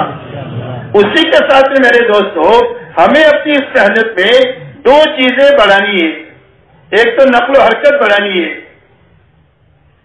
کہ نقل و حرکت بڑھے، اور اتنی نقل و حرکت بڑھے، اتنی نقل و حرکت بڑھے اور اتنی اچھی طریقے سے بڑھے کہ وہ نقل و حرکت ہم کو بنانے کے لیے اور عالم کو بنانے کے لیے کافی ہو جائے. اس مقدار تک پہنچنے کے لیے نقل و حرکت کو بڑھانا. تو نقل و حرکت بڑھانے کا کیا راستہ ہے؟ نقل و حرکت بڑھانے کا راستہ میرے دوستو یہ ہے کہ سب سے پہلے ہر مسجد کے ساتھی یہ سوچے کہ ہماری مسجد میں کتنا عملہ ہے، کتنا سرمایہ ہے. اس لیے کہ تجارت کا سب سے پہلا اصول یہ ہے کہ سرمایہ محفوظ ہونا چاہیے اور اس پر نفع جوڑنا چاہیے. اگر سرمایہ ضائع ہو جائے تو کاروبار ضائع ہو جائے گا. تو سب سے پہلے سرمایہ محفوظ ہونا چاہیے اور اس کے ساتھ میں نفع جڑنے رہنا چاہیے. یہی کاروبار کی ترقی کی علامت ہے. کہ بھائی سمجھ میں بات آ رہی نہیں آ رہی؟ تو سب سے پہلے ہمیں یہ دیکھنا ہے کہ ہماری مسجد کے اطراف میں ہمارے پاس سرمایہ کتنا ہے. اور ہمارا سرمایہ وہ ہے کہ جنہوں نے سال کا 4 مہینے سال لگایا ہے، علماء نے یا ساتھیوں نے سال لگایا ہے یا 7 مہینے لگائے ہیں یا 4 مہینے لگائے ہیں یا چلہ لگایا ہے، یہ مجمع ہمارا سرمایہ ہے. بات سمجھ میں آ رہی بھائی؟ ہمارا سرمایہ وہ مجمع ہے جن کا اس محنت میں سال سے لے کر چلہ لگا، وہ ہمارا سرمایہ ہے. تو ہمارا یہ سرمایہ محفوظ ہونا چاہیے اور نئے نئے لوگ محنت میں آنا چاہیے. اس لیے سب سے پہلے پورے مجمع میں آنے والا ہر ساتھی اپنی مسجد کے بارے میں یہ فکر لے کر کے جائے کہ میری مسجد کے اطراف میں ہمارے پاس میں سرمایہ کتنا ہے، 50 ہے، 100 ہے، 200 ہے، 300 ہے، جتنے بھی ہے وہ کام میں لگے رہنا چاہیے اور اس کے ساتھ نیا مجمع محنت میں آنا چاہیے. اب کام میں لگے رہنے کی کیا شکل ہے؟ کام میں لگے رہنے کی شکل یہ ہے کہ یا تو سالانہ 4 مہینہ لگائیں، ماہانہ 10 دن لگائیں، روزانہ 8 گھنٹہ لگائیں. ایک شکل یہ ہے. دوسری شکل یہ ہے کہ اگر اس پر ابھی تک قابو نہیں آیا اپنے یقین کی کمی کی وجہ سے، تو کم سے کم ہر ساتھی یہ طے کرے کہ مجھے اپنا سالانہ چلہ اپنی جماعت بنا کر اپنے وقت پر لگانا ہے. جس مہینے میں میں نے جس اسلامی مہینے سے وقت لگانا، جس مہینے میں پچھلے سال لگایا تھا، اس مہینے کے آنے سے پہلے اپنی جماعت مجھے خود بنانی ہے اور بنا کر کے اپنی جماعت کے ساتھ اپنا چلہ لگانا ہے. ایک شکل دوسری ہے مہینے میں ہفتے کے تعین کے ساتھ اپنی جماعت بنا کر کے 3 دن لگانا ہے. روزانہ کم سے کم 8 گھنٹے کی نیت سے 2.5 گھنٹہ لگا کر کے ہر گھر ہر فرد پر مجھے محنت کرنی ہے. تو بہرحال محنت کی ان 2 شکلوں میں سے کسی نہ کسی شکل پر ہمارا یہ سرمایہ لگے رہنا چاہیے اور اس کے ساتھ نیا مجمع آنا چاہیے. اب یہ جو مجمع ہے اس کو لگانا صرف مسجد وار جماعت کے لیے آسان ہے اور کسی کے لیے آسان نہیں ہے. آپ کے ملک کا مرکز ان کو وصول نہیں کر سکتا، یاد رکھو. آپ کے ملک کا مرکز آپ کی مسجد کے ساتھیوں کو وصول نہیں کر سکتا. آپ کے شہر کا مرکز ان کو وصول نہیں کر سکتا. ان کو جو وصول کیا جا سکتا ہے وہ صرف مسجد وار جماعت کے ذریعے سے وصول کیا جا سکتا ہے. کہ بھائی بات صحیح کہہ رہا ہوں میں کیا غلط کہہ رہا ہوں؟ کہ بھائی بولو. اس لیے پورا مجمع یہ طے کرو کہ یہاں سے جانے کے ساتھ ہی ہمیں اس فکر کو لے کر جائیں گے کہ ہمارے اس مجمع میں سے جتنوں کا سالانہ وقت لگ گیا اور جتنے روزانہ کی محنت میں اور سالانہ محنت میں ہیں ان کی تو ہم کو قدر کرنی ہے، اور جو ابھی تک ان کا سالانہ وقت نہیں لگا ہے اس کے بارے میں فکر مند بننا ہے کہ ان کے ساتھ وہ جماعتیں لے کر جا سکتے ہیں تو ان کے ساتھ جماعتیں بنانی ہے، اور ساتھی بن کر کے جا سکتے ہیں تو ان کو ساتھیوں کی طرح جوڑ کر کے ان کا سالانہ وقت لگوانا ہے. ماہانہ وقت لگوانا ہے، روزانہ کی محنت میں ان کو شریک کرنا ہے، اس لیے کہ یہ سرمایہ کام میں لگا رہے گا اور نئے لوگ آئیں گے تو تھوڑے سے عرصے میں کام کی مضبوط شکل بن جائے گی. اور اگر مجمع تبلیغ میں آتا رہے اور جاتا رہے اور ضائع ہوتا رہے تو لمبے زمانے تک محنت کرتے رہیں گے لیکن کام کی مضبوط شکل نہیں بنے گی. آپ انداز لگاؤ، حضور صلی اللہ علیہ وسلم کے زمانے میں 23 سال میں جو کام پورا ہوا اس کی بنیادی وجہ یہ ہے کہ آپ کی محنت پر جو آیا وہ جمع اور آگے بڑھا اور کام میں لگا رہا. جو تقاضے آتے رہے اس تقاضوں میں آگے بڑھتے رہے. فرمایا ہجرت کون کرے گا کہ یہی مجمع کرے گا. کہا بدر میں کون جائے گا کہ یہی مجمع جائے گا. احد میں، حدیبیہ میں، تبوک میں، فتح مکہ میں، حجۃ الوداع میں کہ یہی مجمع ہے، یہی مجمع سارے کام کرے گا. تو آپ دیکھو یہ مجمع ایسا کام کا بن گیا کہ اللہ نے اس مجمع کے کندھے پر رکھ کر حق کو دنیا میں چلا دیا. اس لیے میرے دوستو 23 سال میں کام پورا ہوا، اس لیے کہ آنا ہی آنا ہے، جانا نہیں ہے. آنا ہی آنا ہے، جانا نہیں ہے. اس لیے ہمیں یہ فکر کرنا ہے کہ جتنا مجمع آ گیا ہے اس محنت میں وہ ہم کو معلوم ہے، ہر مسجد والوں کو. اس کی یہ فکر کرنا ہے کہ ان کا سالانہ ماہانہ یومیہ محنت میں کسی نہ کسی ترتیب میں یہ لگے رہیں اور ان کے ساتھ نیا مجمع تیزی کے ساتھ میں زیادہ سے زیادہ جو ہے وہ آنا چاہیے. اس کے لیے آسان شکل یہ ہے کہ پرانے 2 ہو 3 ہو، اس کے ساتھ 7 8 10 12 نئے ہوں اور ایسی جماعتیں 4 مہینے کی بھی بنے، چلنے کی بھی بنے اور 3 دن کی جماعتیں بھی بنے کہ بھائی یہ فکر لینے کے لیے تیار ہے پورا مجمع.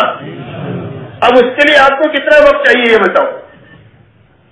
سارا مجمع جو آپ کی مسجد کے اطراف میں ان سب کا سالانہ ماہانہ اور یومیہ محنت میں لگانے کے لیے آپ کے پاس آپ کو کتنا وقت درکار ہے؟ 4 مہینے میں کر لیں گے، 8 مہینے میں کر لیں گے، 6 مہینے میں کر لیں گے یا سال بھر میں کر لیں گے؟ جتنا آپ مانگیں گے اتنا وقت آپ کو دیں گے. جو بھائی کتنے وقت میں کر لیں گے بتاؤ.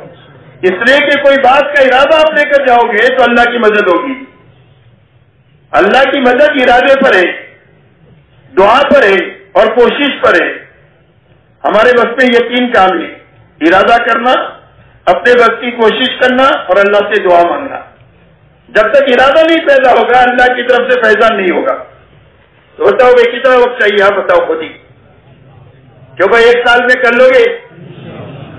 کر لیں کتنے مہینے میں؟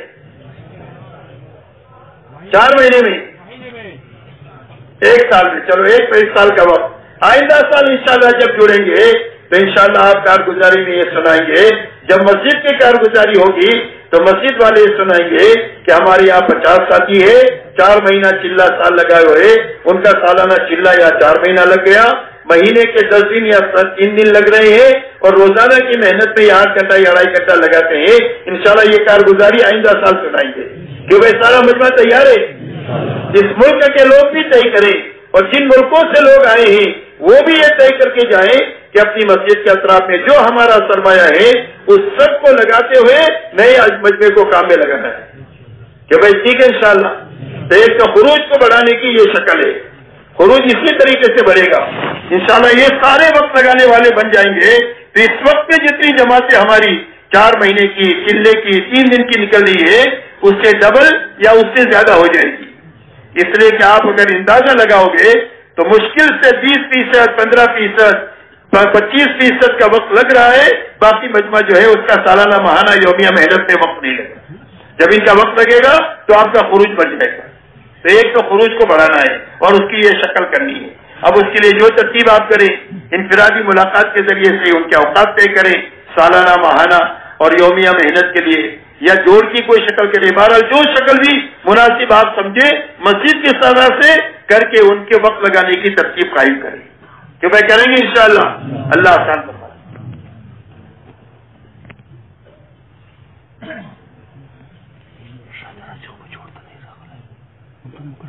دوسری میرے دوستوں محنت جو ہے وہ مقامی محنت ہے.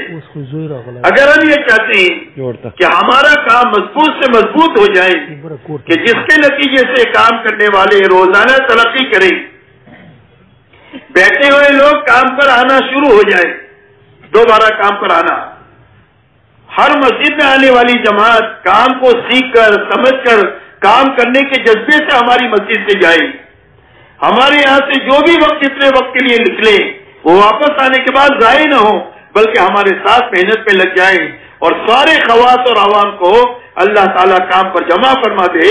اس کے لیے آسان شکل اپنے محلوں کے اور اپنے شہروں کے ماحول کو بنانا ہے، اور اپنا ماحول بنے گا تو یہ ساری کام کی مضبوط شکلیں قائم ہو جائے گی۔ آپ دیکھو حضور صلی اللہ علیہ وسلم کے زمانے میں کوئی آنے والا گیا نہیں ہے، سارے خواص کو کام پر جمع کر دیا، جو آیا وہ کام میں آگے بڑھا۔ یہ اس لیے ہوا کہ کام کی مضبوط شکل کام پر جمنے کی وجہ سے قائم ہوتی چلی گئی۔ اس لیے اپنی مقامی محنت کو اچھی طریقے سے کرنا ہے اور صحیح طریقے سے کرنا ہے۔ اس کے لیے آسان شکل میرے دوست یہ ہے، مقامی کام کو کرنے کے لیے کہ آپ جس طرح خروج کے بارے میں فکر مند ہوئے ہیں کہ ان کو سامنے رکھ کر اپنی جماعتیں بنائیں گے، ایسا ہی اپنے پورے محلے کے گھروں کو اور افراد کو سامنے رکھ کر محنت کا ایسا رخ قائم کریں کہ ایک مہینہ ہوتے ہوتے زیادہ سے زیادہ 100% افراد اور 100% گھروں کی ملاقات ہو جائے گی۔ جب محنت کا یہ رخ قائم کریں گے تو انشاءاللہ آپ 2-3 مہینہ ہوتے ہوئے آپ دیکھو گے کہ جو جس درجے کی بھی کمزوری ہے وہ کمزوری ختم ہو جائے گی، اور کمزوری ہی سب سے بڑی بیماری ہے۔ جب کمزوری ہوتا ہے بدن تو ساری بیماریوں کو قبول کرتا ہے، اور کمزوری ختم ہو جائے تو یہ سب سے بڑی قوت ہے۔ کوئی بھی بیماری آئے گی جسم اس کو قبول نہیں کرے گا۔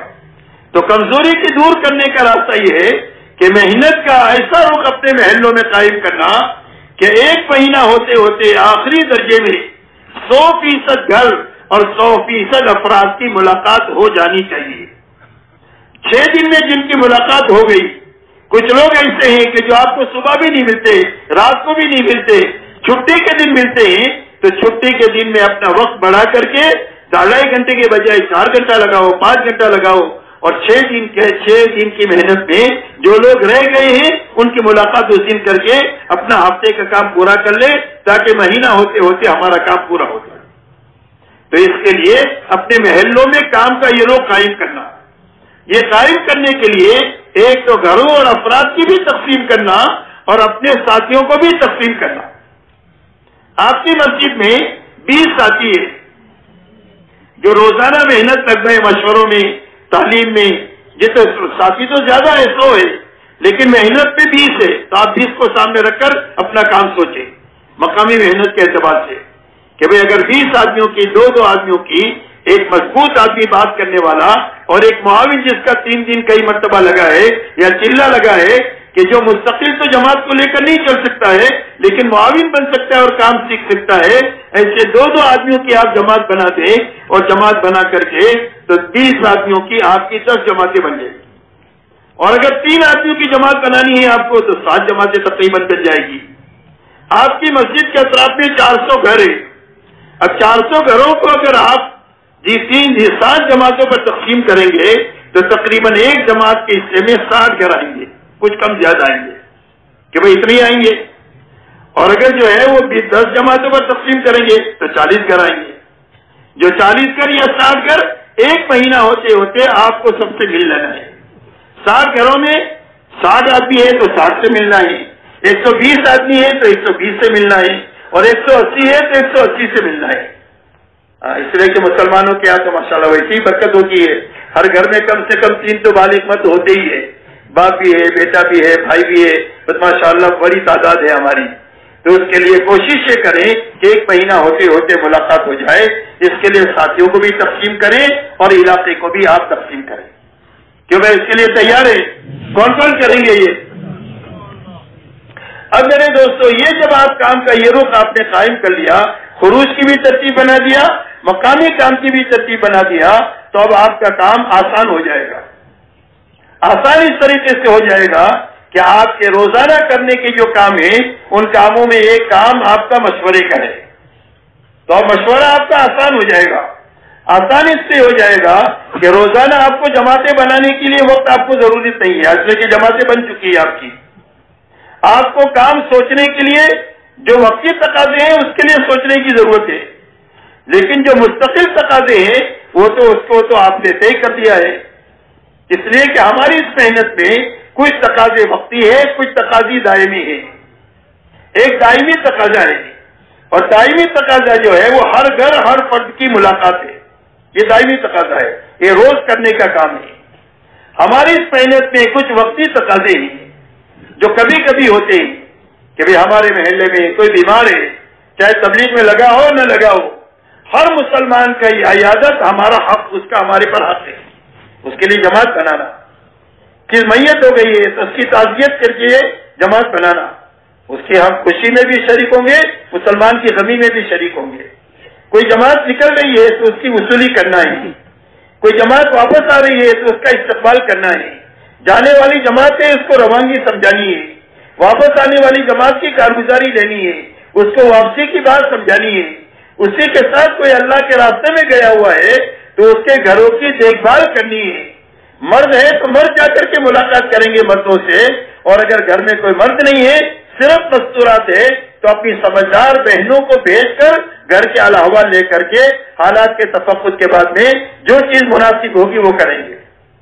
یہ تقاضے ہیں وقتی۔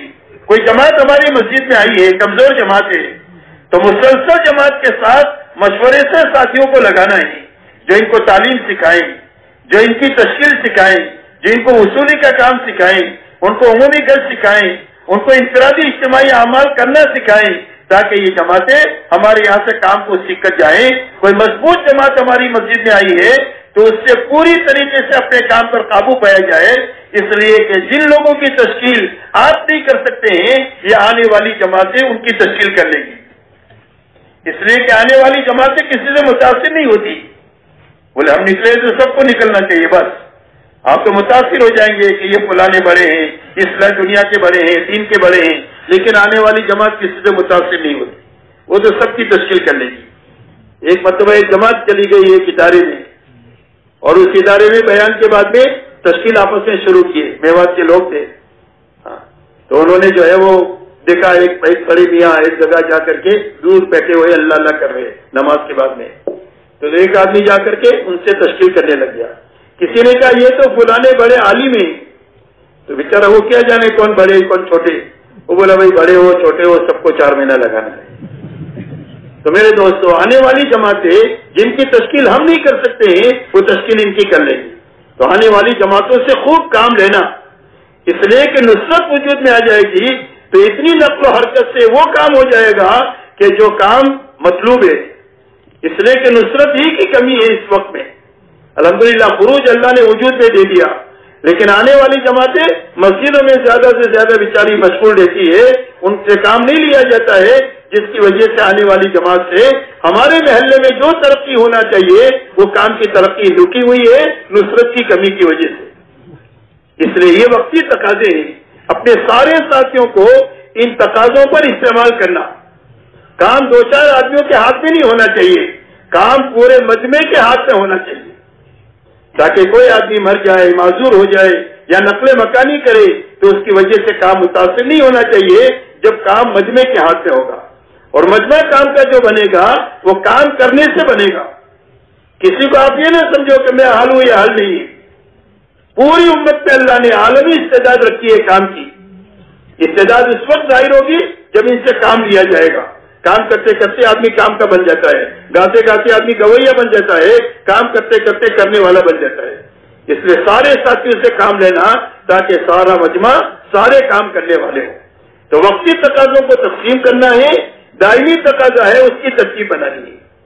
اب میرے دوستوں آپ کا مشورہ آسان ہی ہو جائے گا کہ آپ کو کل کی کارگزاری لینی ہے۔ آپ کی 10 جماعتیں ہیں تو 10 جماعتیں وقت کارگزاری سنائے گی کہ بھئی ہم نے 5 ملاقاتیں کیا ہے، 5 ملاقاتوں میں 2 آدمی چلنے کے لیے تیار ہوئے، ان کے نام یہ ہے۔ فلاں 2 آدمیوں سے ملاقات ہوئی ہے، وہ 2 آدمی 3 دن کے لیے تیار ہے۔ ایک آدمی سے ملاقات ہوئی، ابھی اس کی کوئی استعداد نظر آ رہی ہے، اس کارگزاری پوری ہو گئی۔ دوسری جماعت، تیسری جماعت، چند منٹ میں آپ کی کارگزاری ہو جائے گی۔ دوسرے مرحلے میں جو تقاضے ہیں وہ تقاضے آپ سے تقسیم ہو جائے گی۔ جو بھی تقاضے ہو، وہ وقتی تقاضے کبھی ہوتے ہیں کبھی نہیں ہوتے ہیں، جو تقاضے ہیں وہ تقاضے تقسیم کر لیں۔ اس کے علاوہ بھی تقاضے ہوتے ہیں جو آپ کو رائونگ سے دیے جاتے ہیں یا اپنے مرکزی مقامات سے، اپنے مقام کے مرکز سے دیے جاتے ہیں، ان تقاضوں کو بھی اپنے ساتھیوں کے اعتبار سے ان کے اوپر تقسیم کرنا، اس کو سوچا۔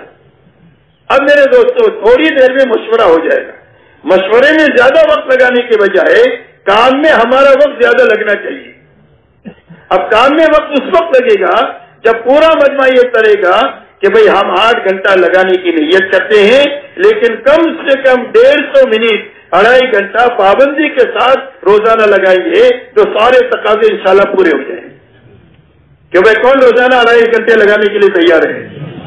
8 گھنٹے لگانے کے لیے کون کون تیار ہے؟ ماشاءاللہ، اللہ قبول فرمائے. جو 8 گھنٹے کی نیت کرے اللہ ان کے لیے 8 گھنٹے آسان کرے، اور جو 2.5 گھنٹے 8 گھنٹے کی نیت کرے 2.5 گھنٹہ شروع کرے، اللہ ان کو 8 گھنٹے بلکہ آدھے دن تک اور آدھی رات تک کام کے لیے اللہ تعالیٰ ان کو پہنچا دے.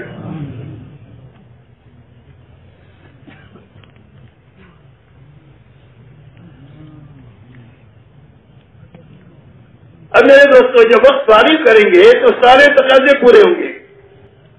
مشورے میں وقت لگا ہے اور وقت فارغ ہی نہیں کیا تو وقت فارغ نہیں کریں گے تو کام آگے نہیں بڑھے گا. کام جو ہوگا وہ وقت فارغ کرنے ہی سے ہوگا.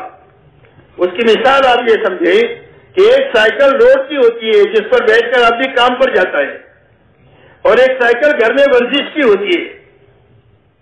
تو ورزش کی سائیکل جو گھر میں ہوتی ہے اس میں آدھا گھنٹہ بیٹھ کر آدمی ورزش کرتا ہے. کاٹا بتاتا ہے کہ آپ 50 کلومیٹر کراچی سے آگے نکل گئے، حالانکہ وہ ایک انچ اپنی جگہ سے سائیکل ہلی ہی نہیں. تو آپ مشوروں میں ماشاءاللہ خوب باتیں ہوئی، خوب سوچنا ہوا، لیکن اس کے بعد وقت فارغ ہی نہیں کر رہے تو کام اپنی جگہ سے ایک انچ بھی آگے نہیں گرے گا. کام اس وقت میں آگے بڑھے گا جب روزانہ ہم وقت فارغ کریں گے. 2.5 گھنٹے سے لے کر 8 گھنٹے آدھے دن تک جتنا بھی اللہ ہمت دے اس کو فارغ کریں گے تو کام ہوگا. جب 2.5 گھنٹہ آپ فارغ کریں گے تو اللہ تعالیٰ کام کے تقاضے آپ کے اوپر ڈالیں گے. دکان ہی نہیں کھولی آپ نے تو کیوں بھائی کہا جائے گا؟ اس لیے 2.5 گھنٹہ فارغ کرنا یہ دکان کھولنا ہے. جب 2.5 گھنٹہ آپ فارغ کریں گے تو اللہ آپ کے اس پر کام کے تقاضے دیں گے کہ 2.5 گھنٹے میں کیا کرنا ہے. اب 2.5 گھنٹے میں آپ نے 50 گھر اپنے ذمے لیے، اس میں آپ پہلے گھر پر گئے ملاقات کے لیے تو گھر پر نہیں ملا آدمی تو آپ گھر نہیں جائیں گے. آپ جو ہے آپ کے پاس تو 2.5 گھنٹہ ہے لگانا ہے. آپ پوچھیں گے بھائی یہ صاحب کہاں ملیں گے؟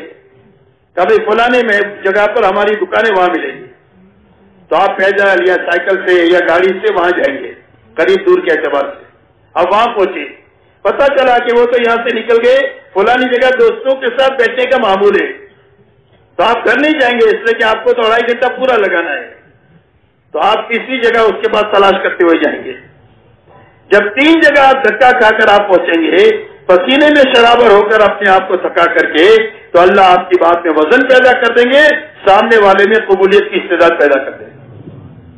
کام کرنے کا میرے دوستوں یہ طریقہ ہے. مولانا الیاس صاحب رحمۃ اللہ علیہ کا ملفوظ ہے کہ ہمارے کام میں مقصود تعب ہے. کیا ہے تعب؟ عربی میں کہتے تھکنے کو.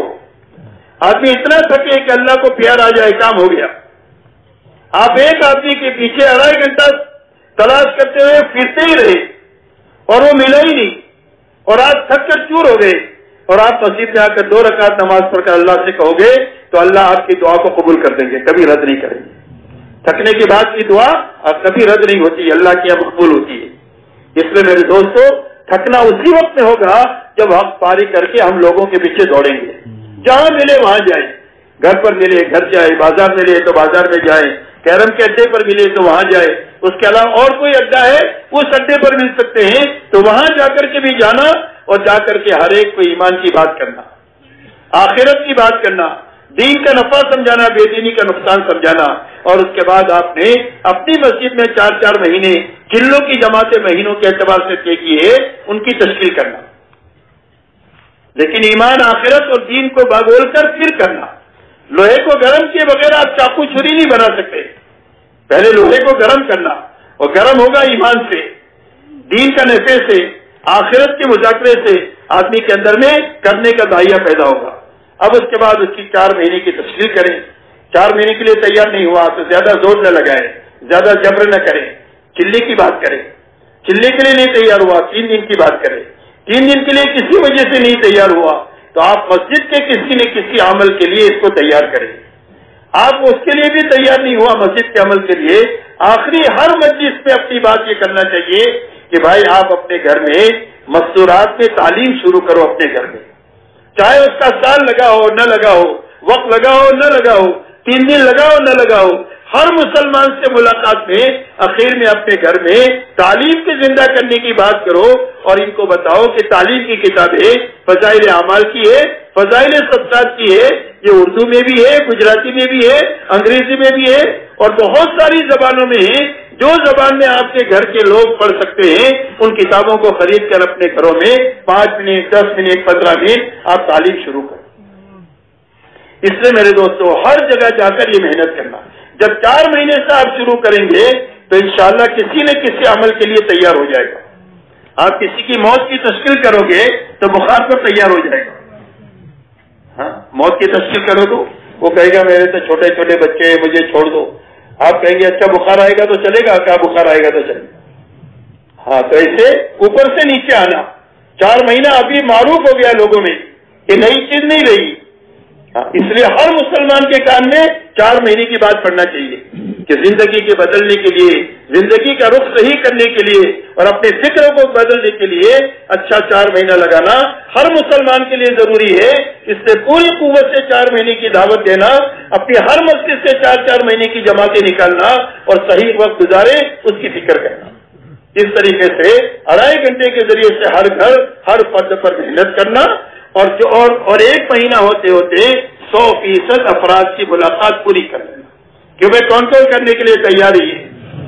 میرے دوستوں 1-2 مہینہ آپ کر کے دیکھو، صرف انشاءاللہ 2 مہینے میں وہ کام کا نفع ہم کو نظر آئے گا کہ ہماری طبیعتیں منشرح ہو جائے گی، بلکہ ہمارا بیٹھا ہوا عملہ کام پر کھڑا ہو جائے گا اور ہمارے لیے معاون بن جائے گا، صرف 2-3 مہینہ صحیح محنت کرنے کے نتیجے میں۔ اور جب حوصلے کام کے بڑھ جائیں گے تو زندگی بھر کرنا اس کے لیے آسان ہو جائے گا۔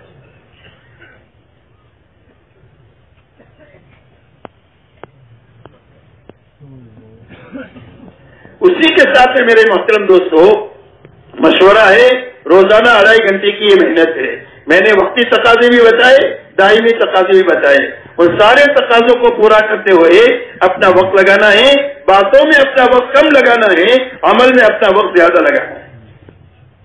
اسی کے ساتھ میں ایک مسجد کی تعلیم ہے، اس مسجد کی تعلیم میں پابندی کے ساتھ عمل کی نیت سے اپنے آپ کو بکھانا ہے، اس لیے کہ فضائل کی تعلیم کا تعلق ایمانیات کے ساتھ ہے۔ ہمارے اندر کا جتنا بگاڑ ہے وہ بگاڑ اللہ عافیت کے ساتھ جو دور کریں گے وہ تعلیم کی برکت سے کریں گے۔ ایک آدمی مسجد میں آیا اور مسجد میں آ کے نماز پڑھ کر چلا گیا، زندگی میں حرام ہے تو حرام سے توبہ کی توفیق نہیں ملے گی، گھروں میں جھگڑے ہیں ختم نہیں ہوں گے۔ اگر یہ تعلیم کے حلقے میں بیٹھ گیا، نماز کی سستی ہے تو نماز کی سستی تعلیم کی برکت سے دور ہوگی، ایمان کی کھوٹ تعلیم کی برکت سے دور ہوگی، گھروں کے جھگڑے تعلیم کی برکت سے دور ہوں گے، حلال حرام کی رعایت زندگیوں میں تعلیم کی برکت سے آئے گی، اخلاص اور للہیت زندگی میں تعلیم کی برکت سے آئے گی، اور عجیب امت کا درد و غم دین کی تعلیم کی برکت سے آئے گا، زندگیوں کے بگاڑ دور ہوگا، زندگیوں میں اچھائی آئے گی، وہ تعلیم کے راستے سے آئے گی۔ اتنا بڑا عمل ہے، جیسے گولی ہے، گولی آدمی کھاتا ہے پیٹ میں جاتی ہے، لیکن سر میں درد ہے تو یہ اثر کرتی ہے، اور گھٹنے میں درد ہے تو یہ اثر کرتی ہے۔ ایسا ہی یہ تعلیم کا عمل ہے۔ اللہ ہمارے رب ہے، وہ جانتے ہیں اس مجمع کی کیا ضرورت ہے۔ اللہ تعلیم میں ایسے مضامین لائیں گے جس سے ہمارا بگاڑ دور ہو اور ہماری زندگیوں میں نکھار پیدا ہو جائے۔ اس لیے پابندی کے ساتھ عمل کی نیت سے اپنی مسجد کی تعلیم میں بیٹھتے ہوئے اس بات کی کوشش کرنا کہ مسجد کا ہر مصلی تعلیم کے عمل میں شریک ہونا چاہیے۔ یہ تعلیم ہر مسجد میں آنے والے کے لیے ہے کہ مسجد میں آنے والا ہر مصلی تعلیم کے عمل میں شریک کرے، تاکہ اس کی دینداری میں روزانہ ترقی ہونی چاہیے، اس کے اندر کا بگاڑ ختم ہونا چاہیے، اس کی زندگی میں اچھائیاں پیدا ہونی چاہیے، وہ تعلیم کی برکت سے پڑے پیدا ہو۔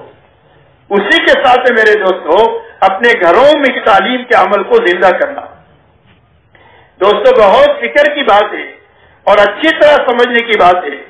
اس وقت میں میرے دوستو جو بے دینی کا سیلاب تیزی کے ساتھ پوری دنیا میں آ رہا ہے، اس سے ہمارے اپنے آپ کو اور اپنی عورتوں کو اور خصوصیت کے ساتھ اپنے بچوں کو نسلوں کو بچانے کا راستہ اپنے گھر کا ماحول بنانے کے علاوہ کوئی راستہ نہیں. یاد رکھو اس لیے کہ ہمارے پاس میں جتنے خصوصی شعبے ہیں دین کے, چاہے مکتب سے لے کر دارالعلوم تک کے جتنا نظام ہے جس میں ہمارے بچے بچیاں ابتدائی تعلیم لیتی ہے اور یا تو عالم اور حافظ کا کورس کرتی ہے مرد اور بچے اور بچیاں, اس میں مشکل سے امت کے 3 سے 4% بچے وہ ہمارے مکتب سے لے کر دارالعلوم کے نظام سے جڑے ہوئے ہیں.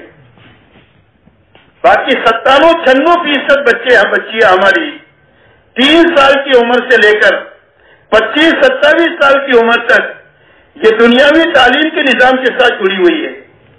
اچھی طرح غور کرنا, محلے کی سطح سے بھی, شہر کی سطح سے بھی, اور ملک کی سطح سے اور عالم کی سطح سے, تو اس نتیجے پر پہنچیں گے کہ جو میں بات کہہ رہا ہوں وہ پکی سچی بات کہہ رہا ہوں.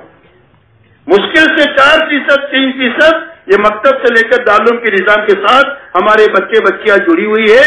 باقی 96%, 95% دنیاوی تعلیم کے نظام کے ساتھ میں جڑی ہوئی ہے. اب ان کی دین کی سلامتی کا کیا راستہ, کہ بھائی اس کو سوچنا ضروری ہے کہ نہیں؟ اس لیے کہ ان کی دین کی سلامتی کا راستہ اس کے علاوہ نہیں ہے. اس لیے کہ جہاں جہاں پر بھی وہ پڑھنے کے لیے جاتے ہیں اس کے ماحول کو بدلنا تمہارے میرے بس میں نہیں ہے, لیکن اپنے گھر کا ماحول بدلنا یہ ہمارے بس میں ہے. اگر اپنے گھر کا ماحول ہم بدل دیں اور ہمارے گھر کا ماحول ہم بنا دیں تو ہمارے بچے بچیاں جو 3 سال سے اسکولوں کے اندر میں جاتی ہے اور 25-27 سال تک وہ اسکول کی تعلیم کے ساتھ رہتی ہے, اگر ہمارے گھروں میں یہ 16 گھنٹے رہیں گے اور 8 گھنٹے تعلیم کے لیے جائیں گے تو ہمارے گھر کا ماحول باہر کے جراثیم سے ان کی حفاظت کر دے گا, اور ہمارے بچے بچیاں باہر کی مسموم فضا سے بچ کر کے اپنی دین کی سلامتی کے ساتھ یہ دنیاوی علوم کو لے لیں گی. اس سے ہم انکار نہیں کرتے ہیں, آپ ڈاکٹر بنائیں, انجینئر بنائیں, سائنسداں بنائیں, آپ یہ سارے علوم دے بچے بچیوں کو, لیکن دین کے ماحول میں دینا چاہیے, دینداری کے ساتھ دینا چاہیے. یہ سب کچھ حاصل ہو گیا اور دین ضائع ہو گیا تو اتنا بڑا نقصان ہے کہ اس کی تلافی کبھی بھی نہیں ہو سکتی ہے. نہ گھر کی سطح سے ہو سکتی ہے, نہ محلے کی سطح سے ہو سکتی ہے, اور نہ ملک کی سطح سے ہو سکتی ہے. اس کی تلافی ہونے کا ایک ہی راستہ ہے کہ اپنے محلوں کا ماحول, اپنے گھروں کا ماحول بنایا جائے.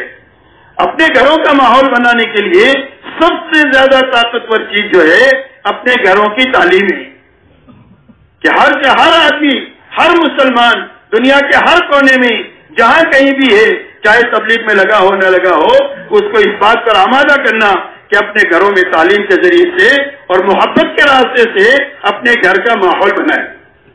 زبردستی کے راستے سے نہیں, ڈانٹ ڈپٹ کے راستے سے نہیں, مار پیٹ کے راستے سے نہیں, صرف محبت کے راستے سے. محبت کی زبان جانور جانتا ہے تو انسان تو زیادہ سمجھتا ہے محبت کی بھاشا کو. تو محبت سے, تحمل اور برداشت سے اپنے گھروں کے اندر میں تعلیم کے حلقے کو رواج دیں گے پوری امت کی زندگی میں, تو اس کے راستے سے گھروں کا ماحول بنے گا. اور جب تعلیم کے ماحول میں فضائل کی تعلیم بھی ہو, اور کبھی کبھی جو لوگ ماشاءاللہ 6 صفات کی بات کر سکتے ہیں وہ 6 صفات کی بات کریں, نئے لوگ نہیں کر سکتے ہیں, کوئی بات نہیں, فضائل کی تعلیم کریں. وہ تعلیم اتنی طاقتور ہے کہ چند مہینے ہوتے ہوتے گھر کے ماحول کو بدل دے گی. مولانا حضرت جی رحمۃ اللہ علیہ فرمایا کرتے تھے کہ تمہارے گھروں میں بے دینی کے آنے کے جتنے سوراخ ہیں وہ سارے سوراخ جو بند ہوں گے وہ تعلیم کی برکت سے بند ہو جائیں گے, اور گھروں میں نماز کی فضا بن جائے گی. چند مہینوں کے اندر بھی تسبیح تلاوت کی فضا بن جائے گی, بچوں کی تربیت کا فکر بن جائے گا, ان کی دینداری کا فکر پیدا ہو جائے گا, سادگی اور حیا گھروں میں آ جائے گی. گھروں کے اندر کے سارے بگاڑ عافیت کے ساتھ ختم ہو جائیں گے, اور زندگی اور گھر ایک نمونہ بنتے چلے جائیں گے امت کے. اور اس تعلیم کی برکت سے اللہ نے اتنی بڑی طاقت رکھی ہے. اس لیے میرے دوستو 97% مسلمانوں کے بچے, ان کی حفاظت کا راستہ اور دینداری کے پڑھانے کا راستہ اور بے دینی سے بچنے کا راستہ ان گھروں کے اندر میں تعلیم کے حلقے کو زندہ کرنا ہے. اس لیے پوری قوت کے ساتھ پورے عالم پر اس بات کی طاقت لگانی ہے کہ ہر گھر میں تعلیم کا حلقہ زندہ ہو. اسی کے ساتھ میں میرے دوستو تعلیم کے حلقے کو زندہ کرنے کے لیے ایک آسان شکل جو ہے, ہر محلے میں اجتماعی مستورات کی تعلیم کے حلقے ہیں. ہر محلے کے اندر میں اس بات کی کوشش کرنا اور ایسے شرائط پورے کرنا کہ جس کے راستے سے تعلیم کے حلقے اتنے بن جائے کہ جس میں عورتوں کی نقل و حرکت زیادہ نہ بڑھے، بلکہ نزدیک میں 1 گھنٹے کے لیے جا کر کے یہ اپنے گھروں میں چلے جائے، اس لیے کہ مستورات کی تعلیم کا حلقہ زیادہ سے زیادہ 1 گھنٹے کے لیے ہوتا ہے۔ اب 30 گھروں کے اندر میں ایک حلقہ ہو تو 30 گھروں کا ایریا ہی کتنا ہوتا ہے؟ تھوڑے سے ایریا میں آنے جانے میں کوئی دشواری نہیں، نہ محرم کی ضرورت ہے نہ سواری کی ضرورت ہے، پیدل جائیں گے پیدل آ جائیں گے۔ تو تعلیم کے حلقوں کو خوب رواج دینا، اس کے لیے میرے دوستو آپ حضرات یہ سوچیں کہ بھئی آپ کے محلے میں کتنے گھر ہیں؟ 400 گھر ہیں۔ اب 400 گھروں میں اگر ایک گھر میں 3 مستورات ہیں، 1200 عورتیں ہوئی، 1200 عورتوں میں ایک حلقہ ہوتا ہے، اس میں 15-20 عورتیں اگر آپ کی آتی ہے 1200 میں سے، تو مشکل سے کتنا فیصد عورتیں تعلیم کے اندر میں شریک ہوئی؟ اب جو عورتیں پورا سال بات نہیں سنتی، پوری زندگی جن کے کانوں میں اللہ رسول کی بات نہیں پڑتی، آخرت کی بات نہیں پڑتی، ان کی زندگی میں دین کے آنے کا کیا راستہ بتاؤ؟ میرے دوستو اس کے لیے یہ مستقل فکر کرنے کی بات ہے کہ ہماری تعلیم کے حلقے بڑھتے رہنا چاہیے۔ اس کے لیے آپ سب سے پہلے یہ دیکھو کہ آپ کے محلے میں کتنی بہنیں ایسی ہے کہ جن کا چلہ لگا ہے، 15 دن لگے ہیں، ان کے 3 دن لگے ہیں، اور 3 دن اچھا لگانے کے نتیجے میں ان کے اندر میں استعداد پیدا ہوئی ہے تعلیم کے حلقوں کو چلانے کی۔ اپنے ذمہ داروں سے مشورہ کر کے ان کی جتنی بہنیں ہوں ان کو سامنے رکھ کر، محلے کی نوعیت کو سامنے رکھ کر حلقوں کو مشوروں سے بڑھائیں، اور اس کی دیکھ بھال مسجد وار جماعت کے ذریعے سے کریں، اس لیے کہ مسجد وار جماعت کے تابع ہی ہے مستورات کا کام۔ تو مسجد وار جماعت کی دیکھ بھال ہوگی، اور ہماری بہنیں گھر کی، ہماری بیوی ہے، ہماری ماں ہے، ہماری بیٹی ہے، سمجھدار ہے، وہ تعلیم کے حلقوں میں جائے گی تو ہم اس کے حالات اچھی طریقے سے لے سکتے ہیں تاکہ کوئی غلط چیز وہاں پر وجود میں نہ آئے، صرف وہاں پر فضائل کی تعلیم ہو اور وہاں 6 نمبر کا مذاکرہ ہو۔ جب یہ مستورات محلے کی اپنے اپنے محلوں میں تعلیم کے حلقوں میں آئے گی اور عورتوں کی طرف سے ترغیب سنے گی گھروں کی تعلیم کی، اور کبھی کبھی ان سے پوچھ بھی لیا کرے گی کہ گھروں کے اندر میں تعلیم کا حلقہ شروع ہے، تو اس طریقے سے آہستہ آہستہ ہر گھر میں تعلیم زندہ ہوگی اجتماعی تعلیم مستورات کے حلقے کے ذریعے سے۔ یہ بہت طاقتور ذریعہ ہے تعلیم کو رواج دینے کا کہ ہر محلے کے اندر میں تعلیم کے حلقے جو ہے قائم ہو۔ اس کے لیے آپ حضرات کو یہ فکر لینا ہے اور اس کے لیے ترتیب سوچنی ہے، اپنے بزرگوں سے مشورہ کرنا ہے، اور جو اس سے ضرورت اس کے لیے ہے اس ضرورت کو قابو میں لانے کے لیے جو کرنا پڑے وہ کرنے کے لیے اپنے آپ کو پیش کرنا ہے، کیوں بھائی کریں گے انشاءاللہ۔ اسی کے ساتھ تعلیم کے ساتھ 6 نمبر کا مذاکرہ بھی کرنا ہے گھروں میں جہاں پر اس کی استعداد ہے، تاکہ ہر چھوٹے بڑے کا فکر یہ بنے کہ مجھے اپنا ایمان بنانا ہے، اپنی نماز اچھے سے اچھی بنانی ہے، مجھے دین کے علم کے ساتھ زندگی گزارنی ہے، اللہ سے اپنا تعلق روز مجھے بنانا ہے، ہر مسلمان سے محبت کرنا سیکھنا ہے، اللہ کو راضی کرنے کے ساتھ جینا ہے، اللہ کی رضا پر مجھے مرنا ہے، اور پوری امت کے لیے اپنی جان مال لگانے کا جذبہ ہر چھوٹے بڑے میں پیدا ہو۔ اس کے لیے 6 نمبر کا مذاکرہ بھی کرتے رہنا ہے تاکہ اس کے ذریعے سے 6 نمبر کے راستے سے ہی زندگی میں دین آئے گا۔ اس لیے میرے دوستوں تعلیم کے حلقوں کو رواج دینا ہے، گھروں کا ماحول کو تبدیلی کے لیے، اپنی مستورات کی دین کی حفاظت کے لیے، اپنے 97% بچے بچیوں کو بے دینی سے بچانے کے لیے دوسرا کوئی بھی راستہ نہیں ہے سوائے اس کے کہ اپنے گھروں کا ماحول بنا کر کے باہر کے زہریلے ماحول سے اس کی حفاظت کی جائے۔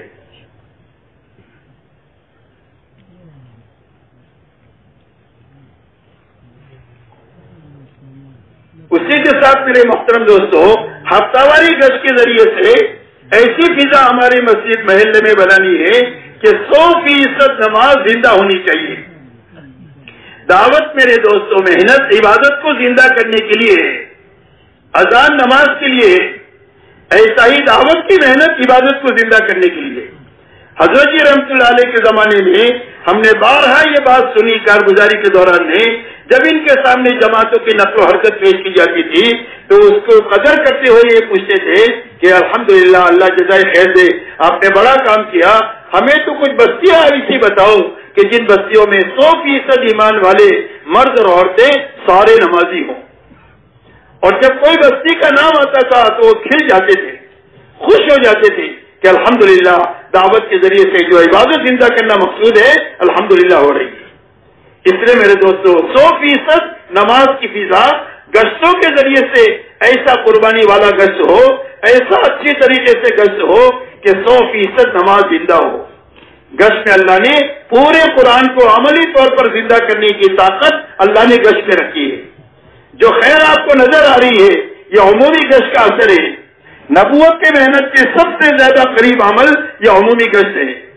اس لیے عمومی گشت کے ذریعے سے اپنے محلوں میں 100% نماز کی فضا بنانا، اور عمومی گشت کے ذریعے سے ہر گشت سے ہماری جماعت نکلے، 4 مہینے کی جماعت ہے، چلے کی جماعت ہے، 3 دن کی جماعتیں ہیں، جماعتوں کا خروج پڑے، یہ گشت کے ذریعے سے وجود میں لانا ہے۔ ایک عبادت زندہ ہونی چاہیے اور ایک دعوت جو ہے وہ بننی چاہیے۔ ایسا اچھی طریقے سے گشت کرنا ہے کہ وہ پورا مجمع تیار ہے اس کے لیے۔ اسی کے ساتھ میں میرے محترم دوستو، دوسرے گشت کے ذریعے سے ایسے محلوں میں کہ جہاں کے مسلمان غریب ہیں اور جہاں کے مسلمان جاہل ہیں، اس لیے کہ جہالت اور غربت یہ ارتداد کے 2 بڑے بڑے سبب ہیں۔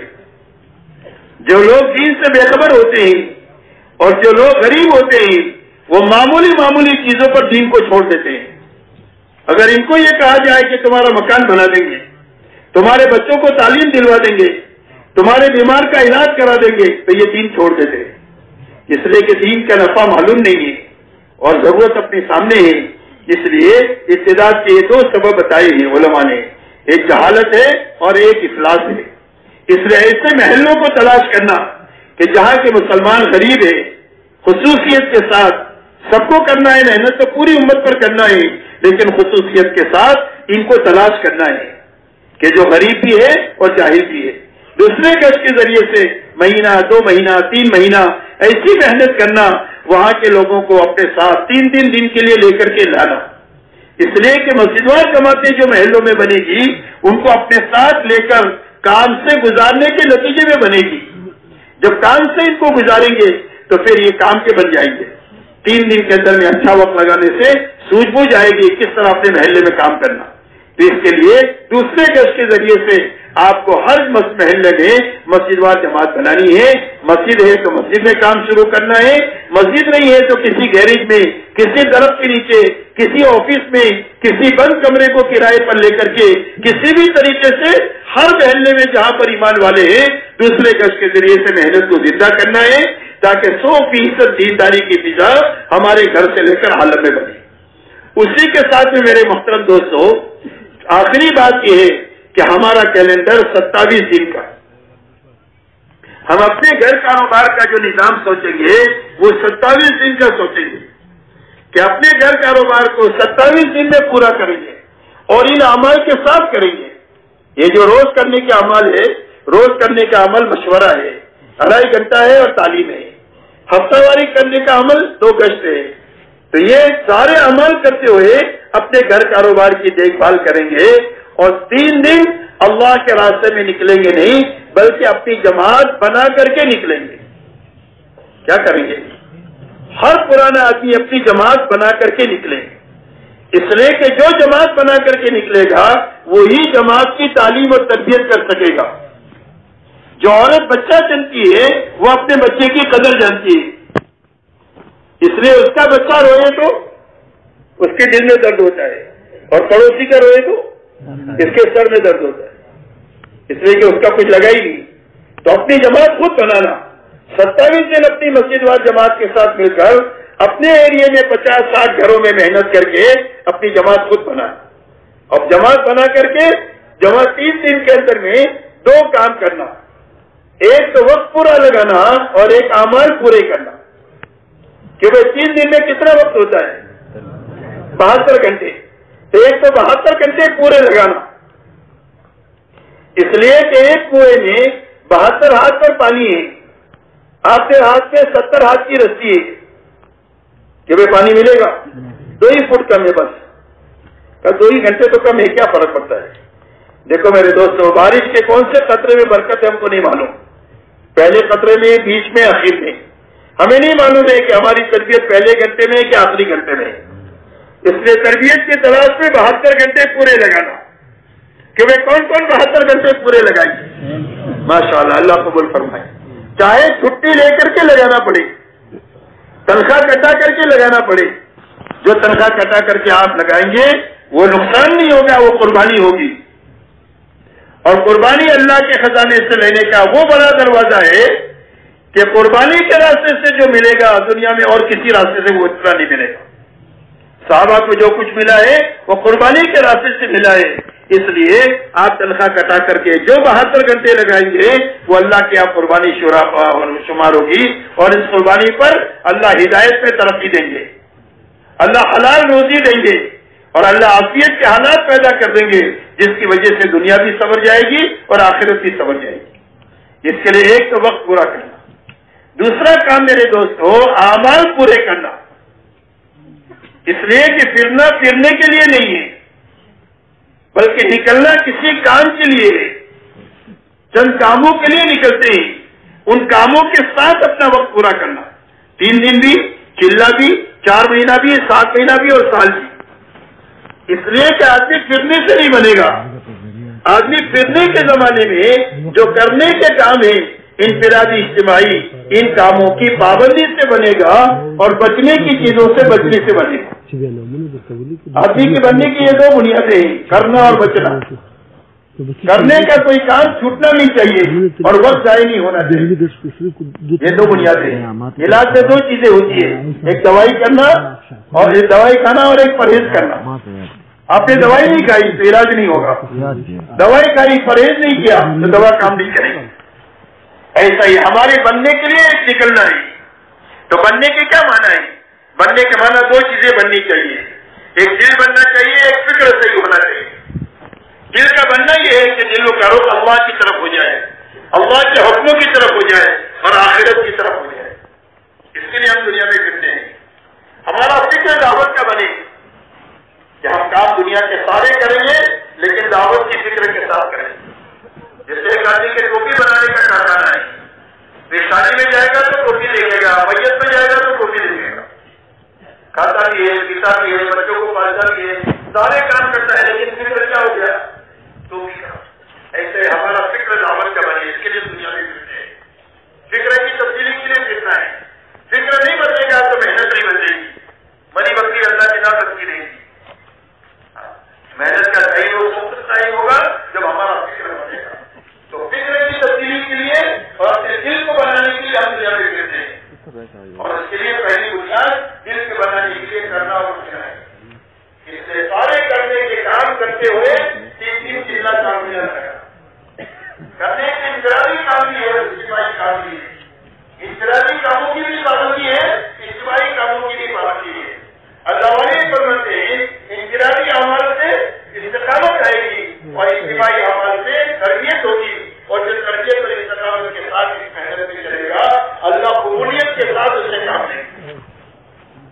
اور یہی اثر ہے کہ کام دیا جائے قبولیت کے ساتھ کیا جائے، ورنہ جہاں تک اللہ کے کام دینے کا انجام ہے، اللہ کبھی فاسق اور فاجر سے بھی کام دے دیتے ہیں، کام ہو جائے گا لیکن فاسق فاجر کو ملے گا۔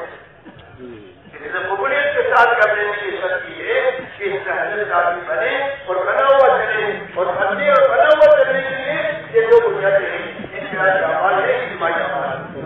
تو پہلی بنیاد یہ ہے کہ 3 دن چلہ 4 مہینہ کرنے کے سارے کاموں کے ساتھ اور بچنے کے ساتھ چیزوں سے بچتے ہوئے کرنا، اور روز اپنا محاسبہ خود کرنا، کیا ہوا کام پورا ہوا تو شکر کریں، کوئی کام چھوٹا ہے، سلامی ممکن ہے تو سلامی کریں، سلامی ممکن نہیں ہے، اجتماعی عمل چھوٹ گیا ہے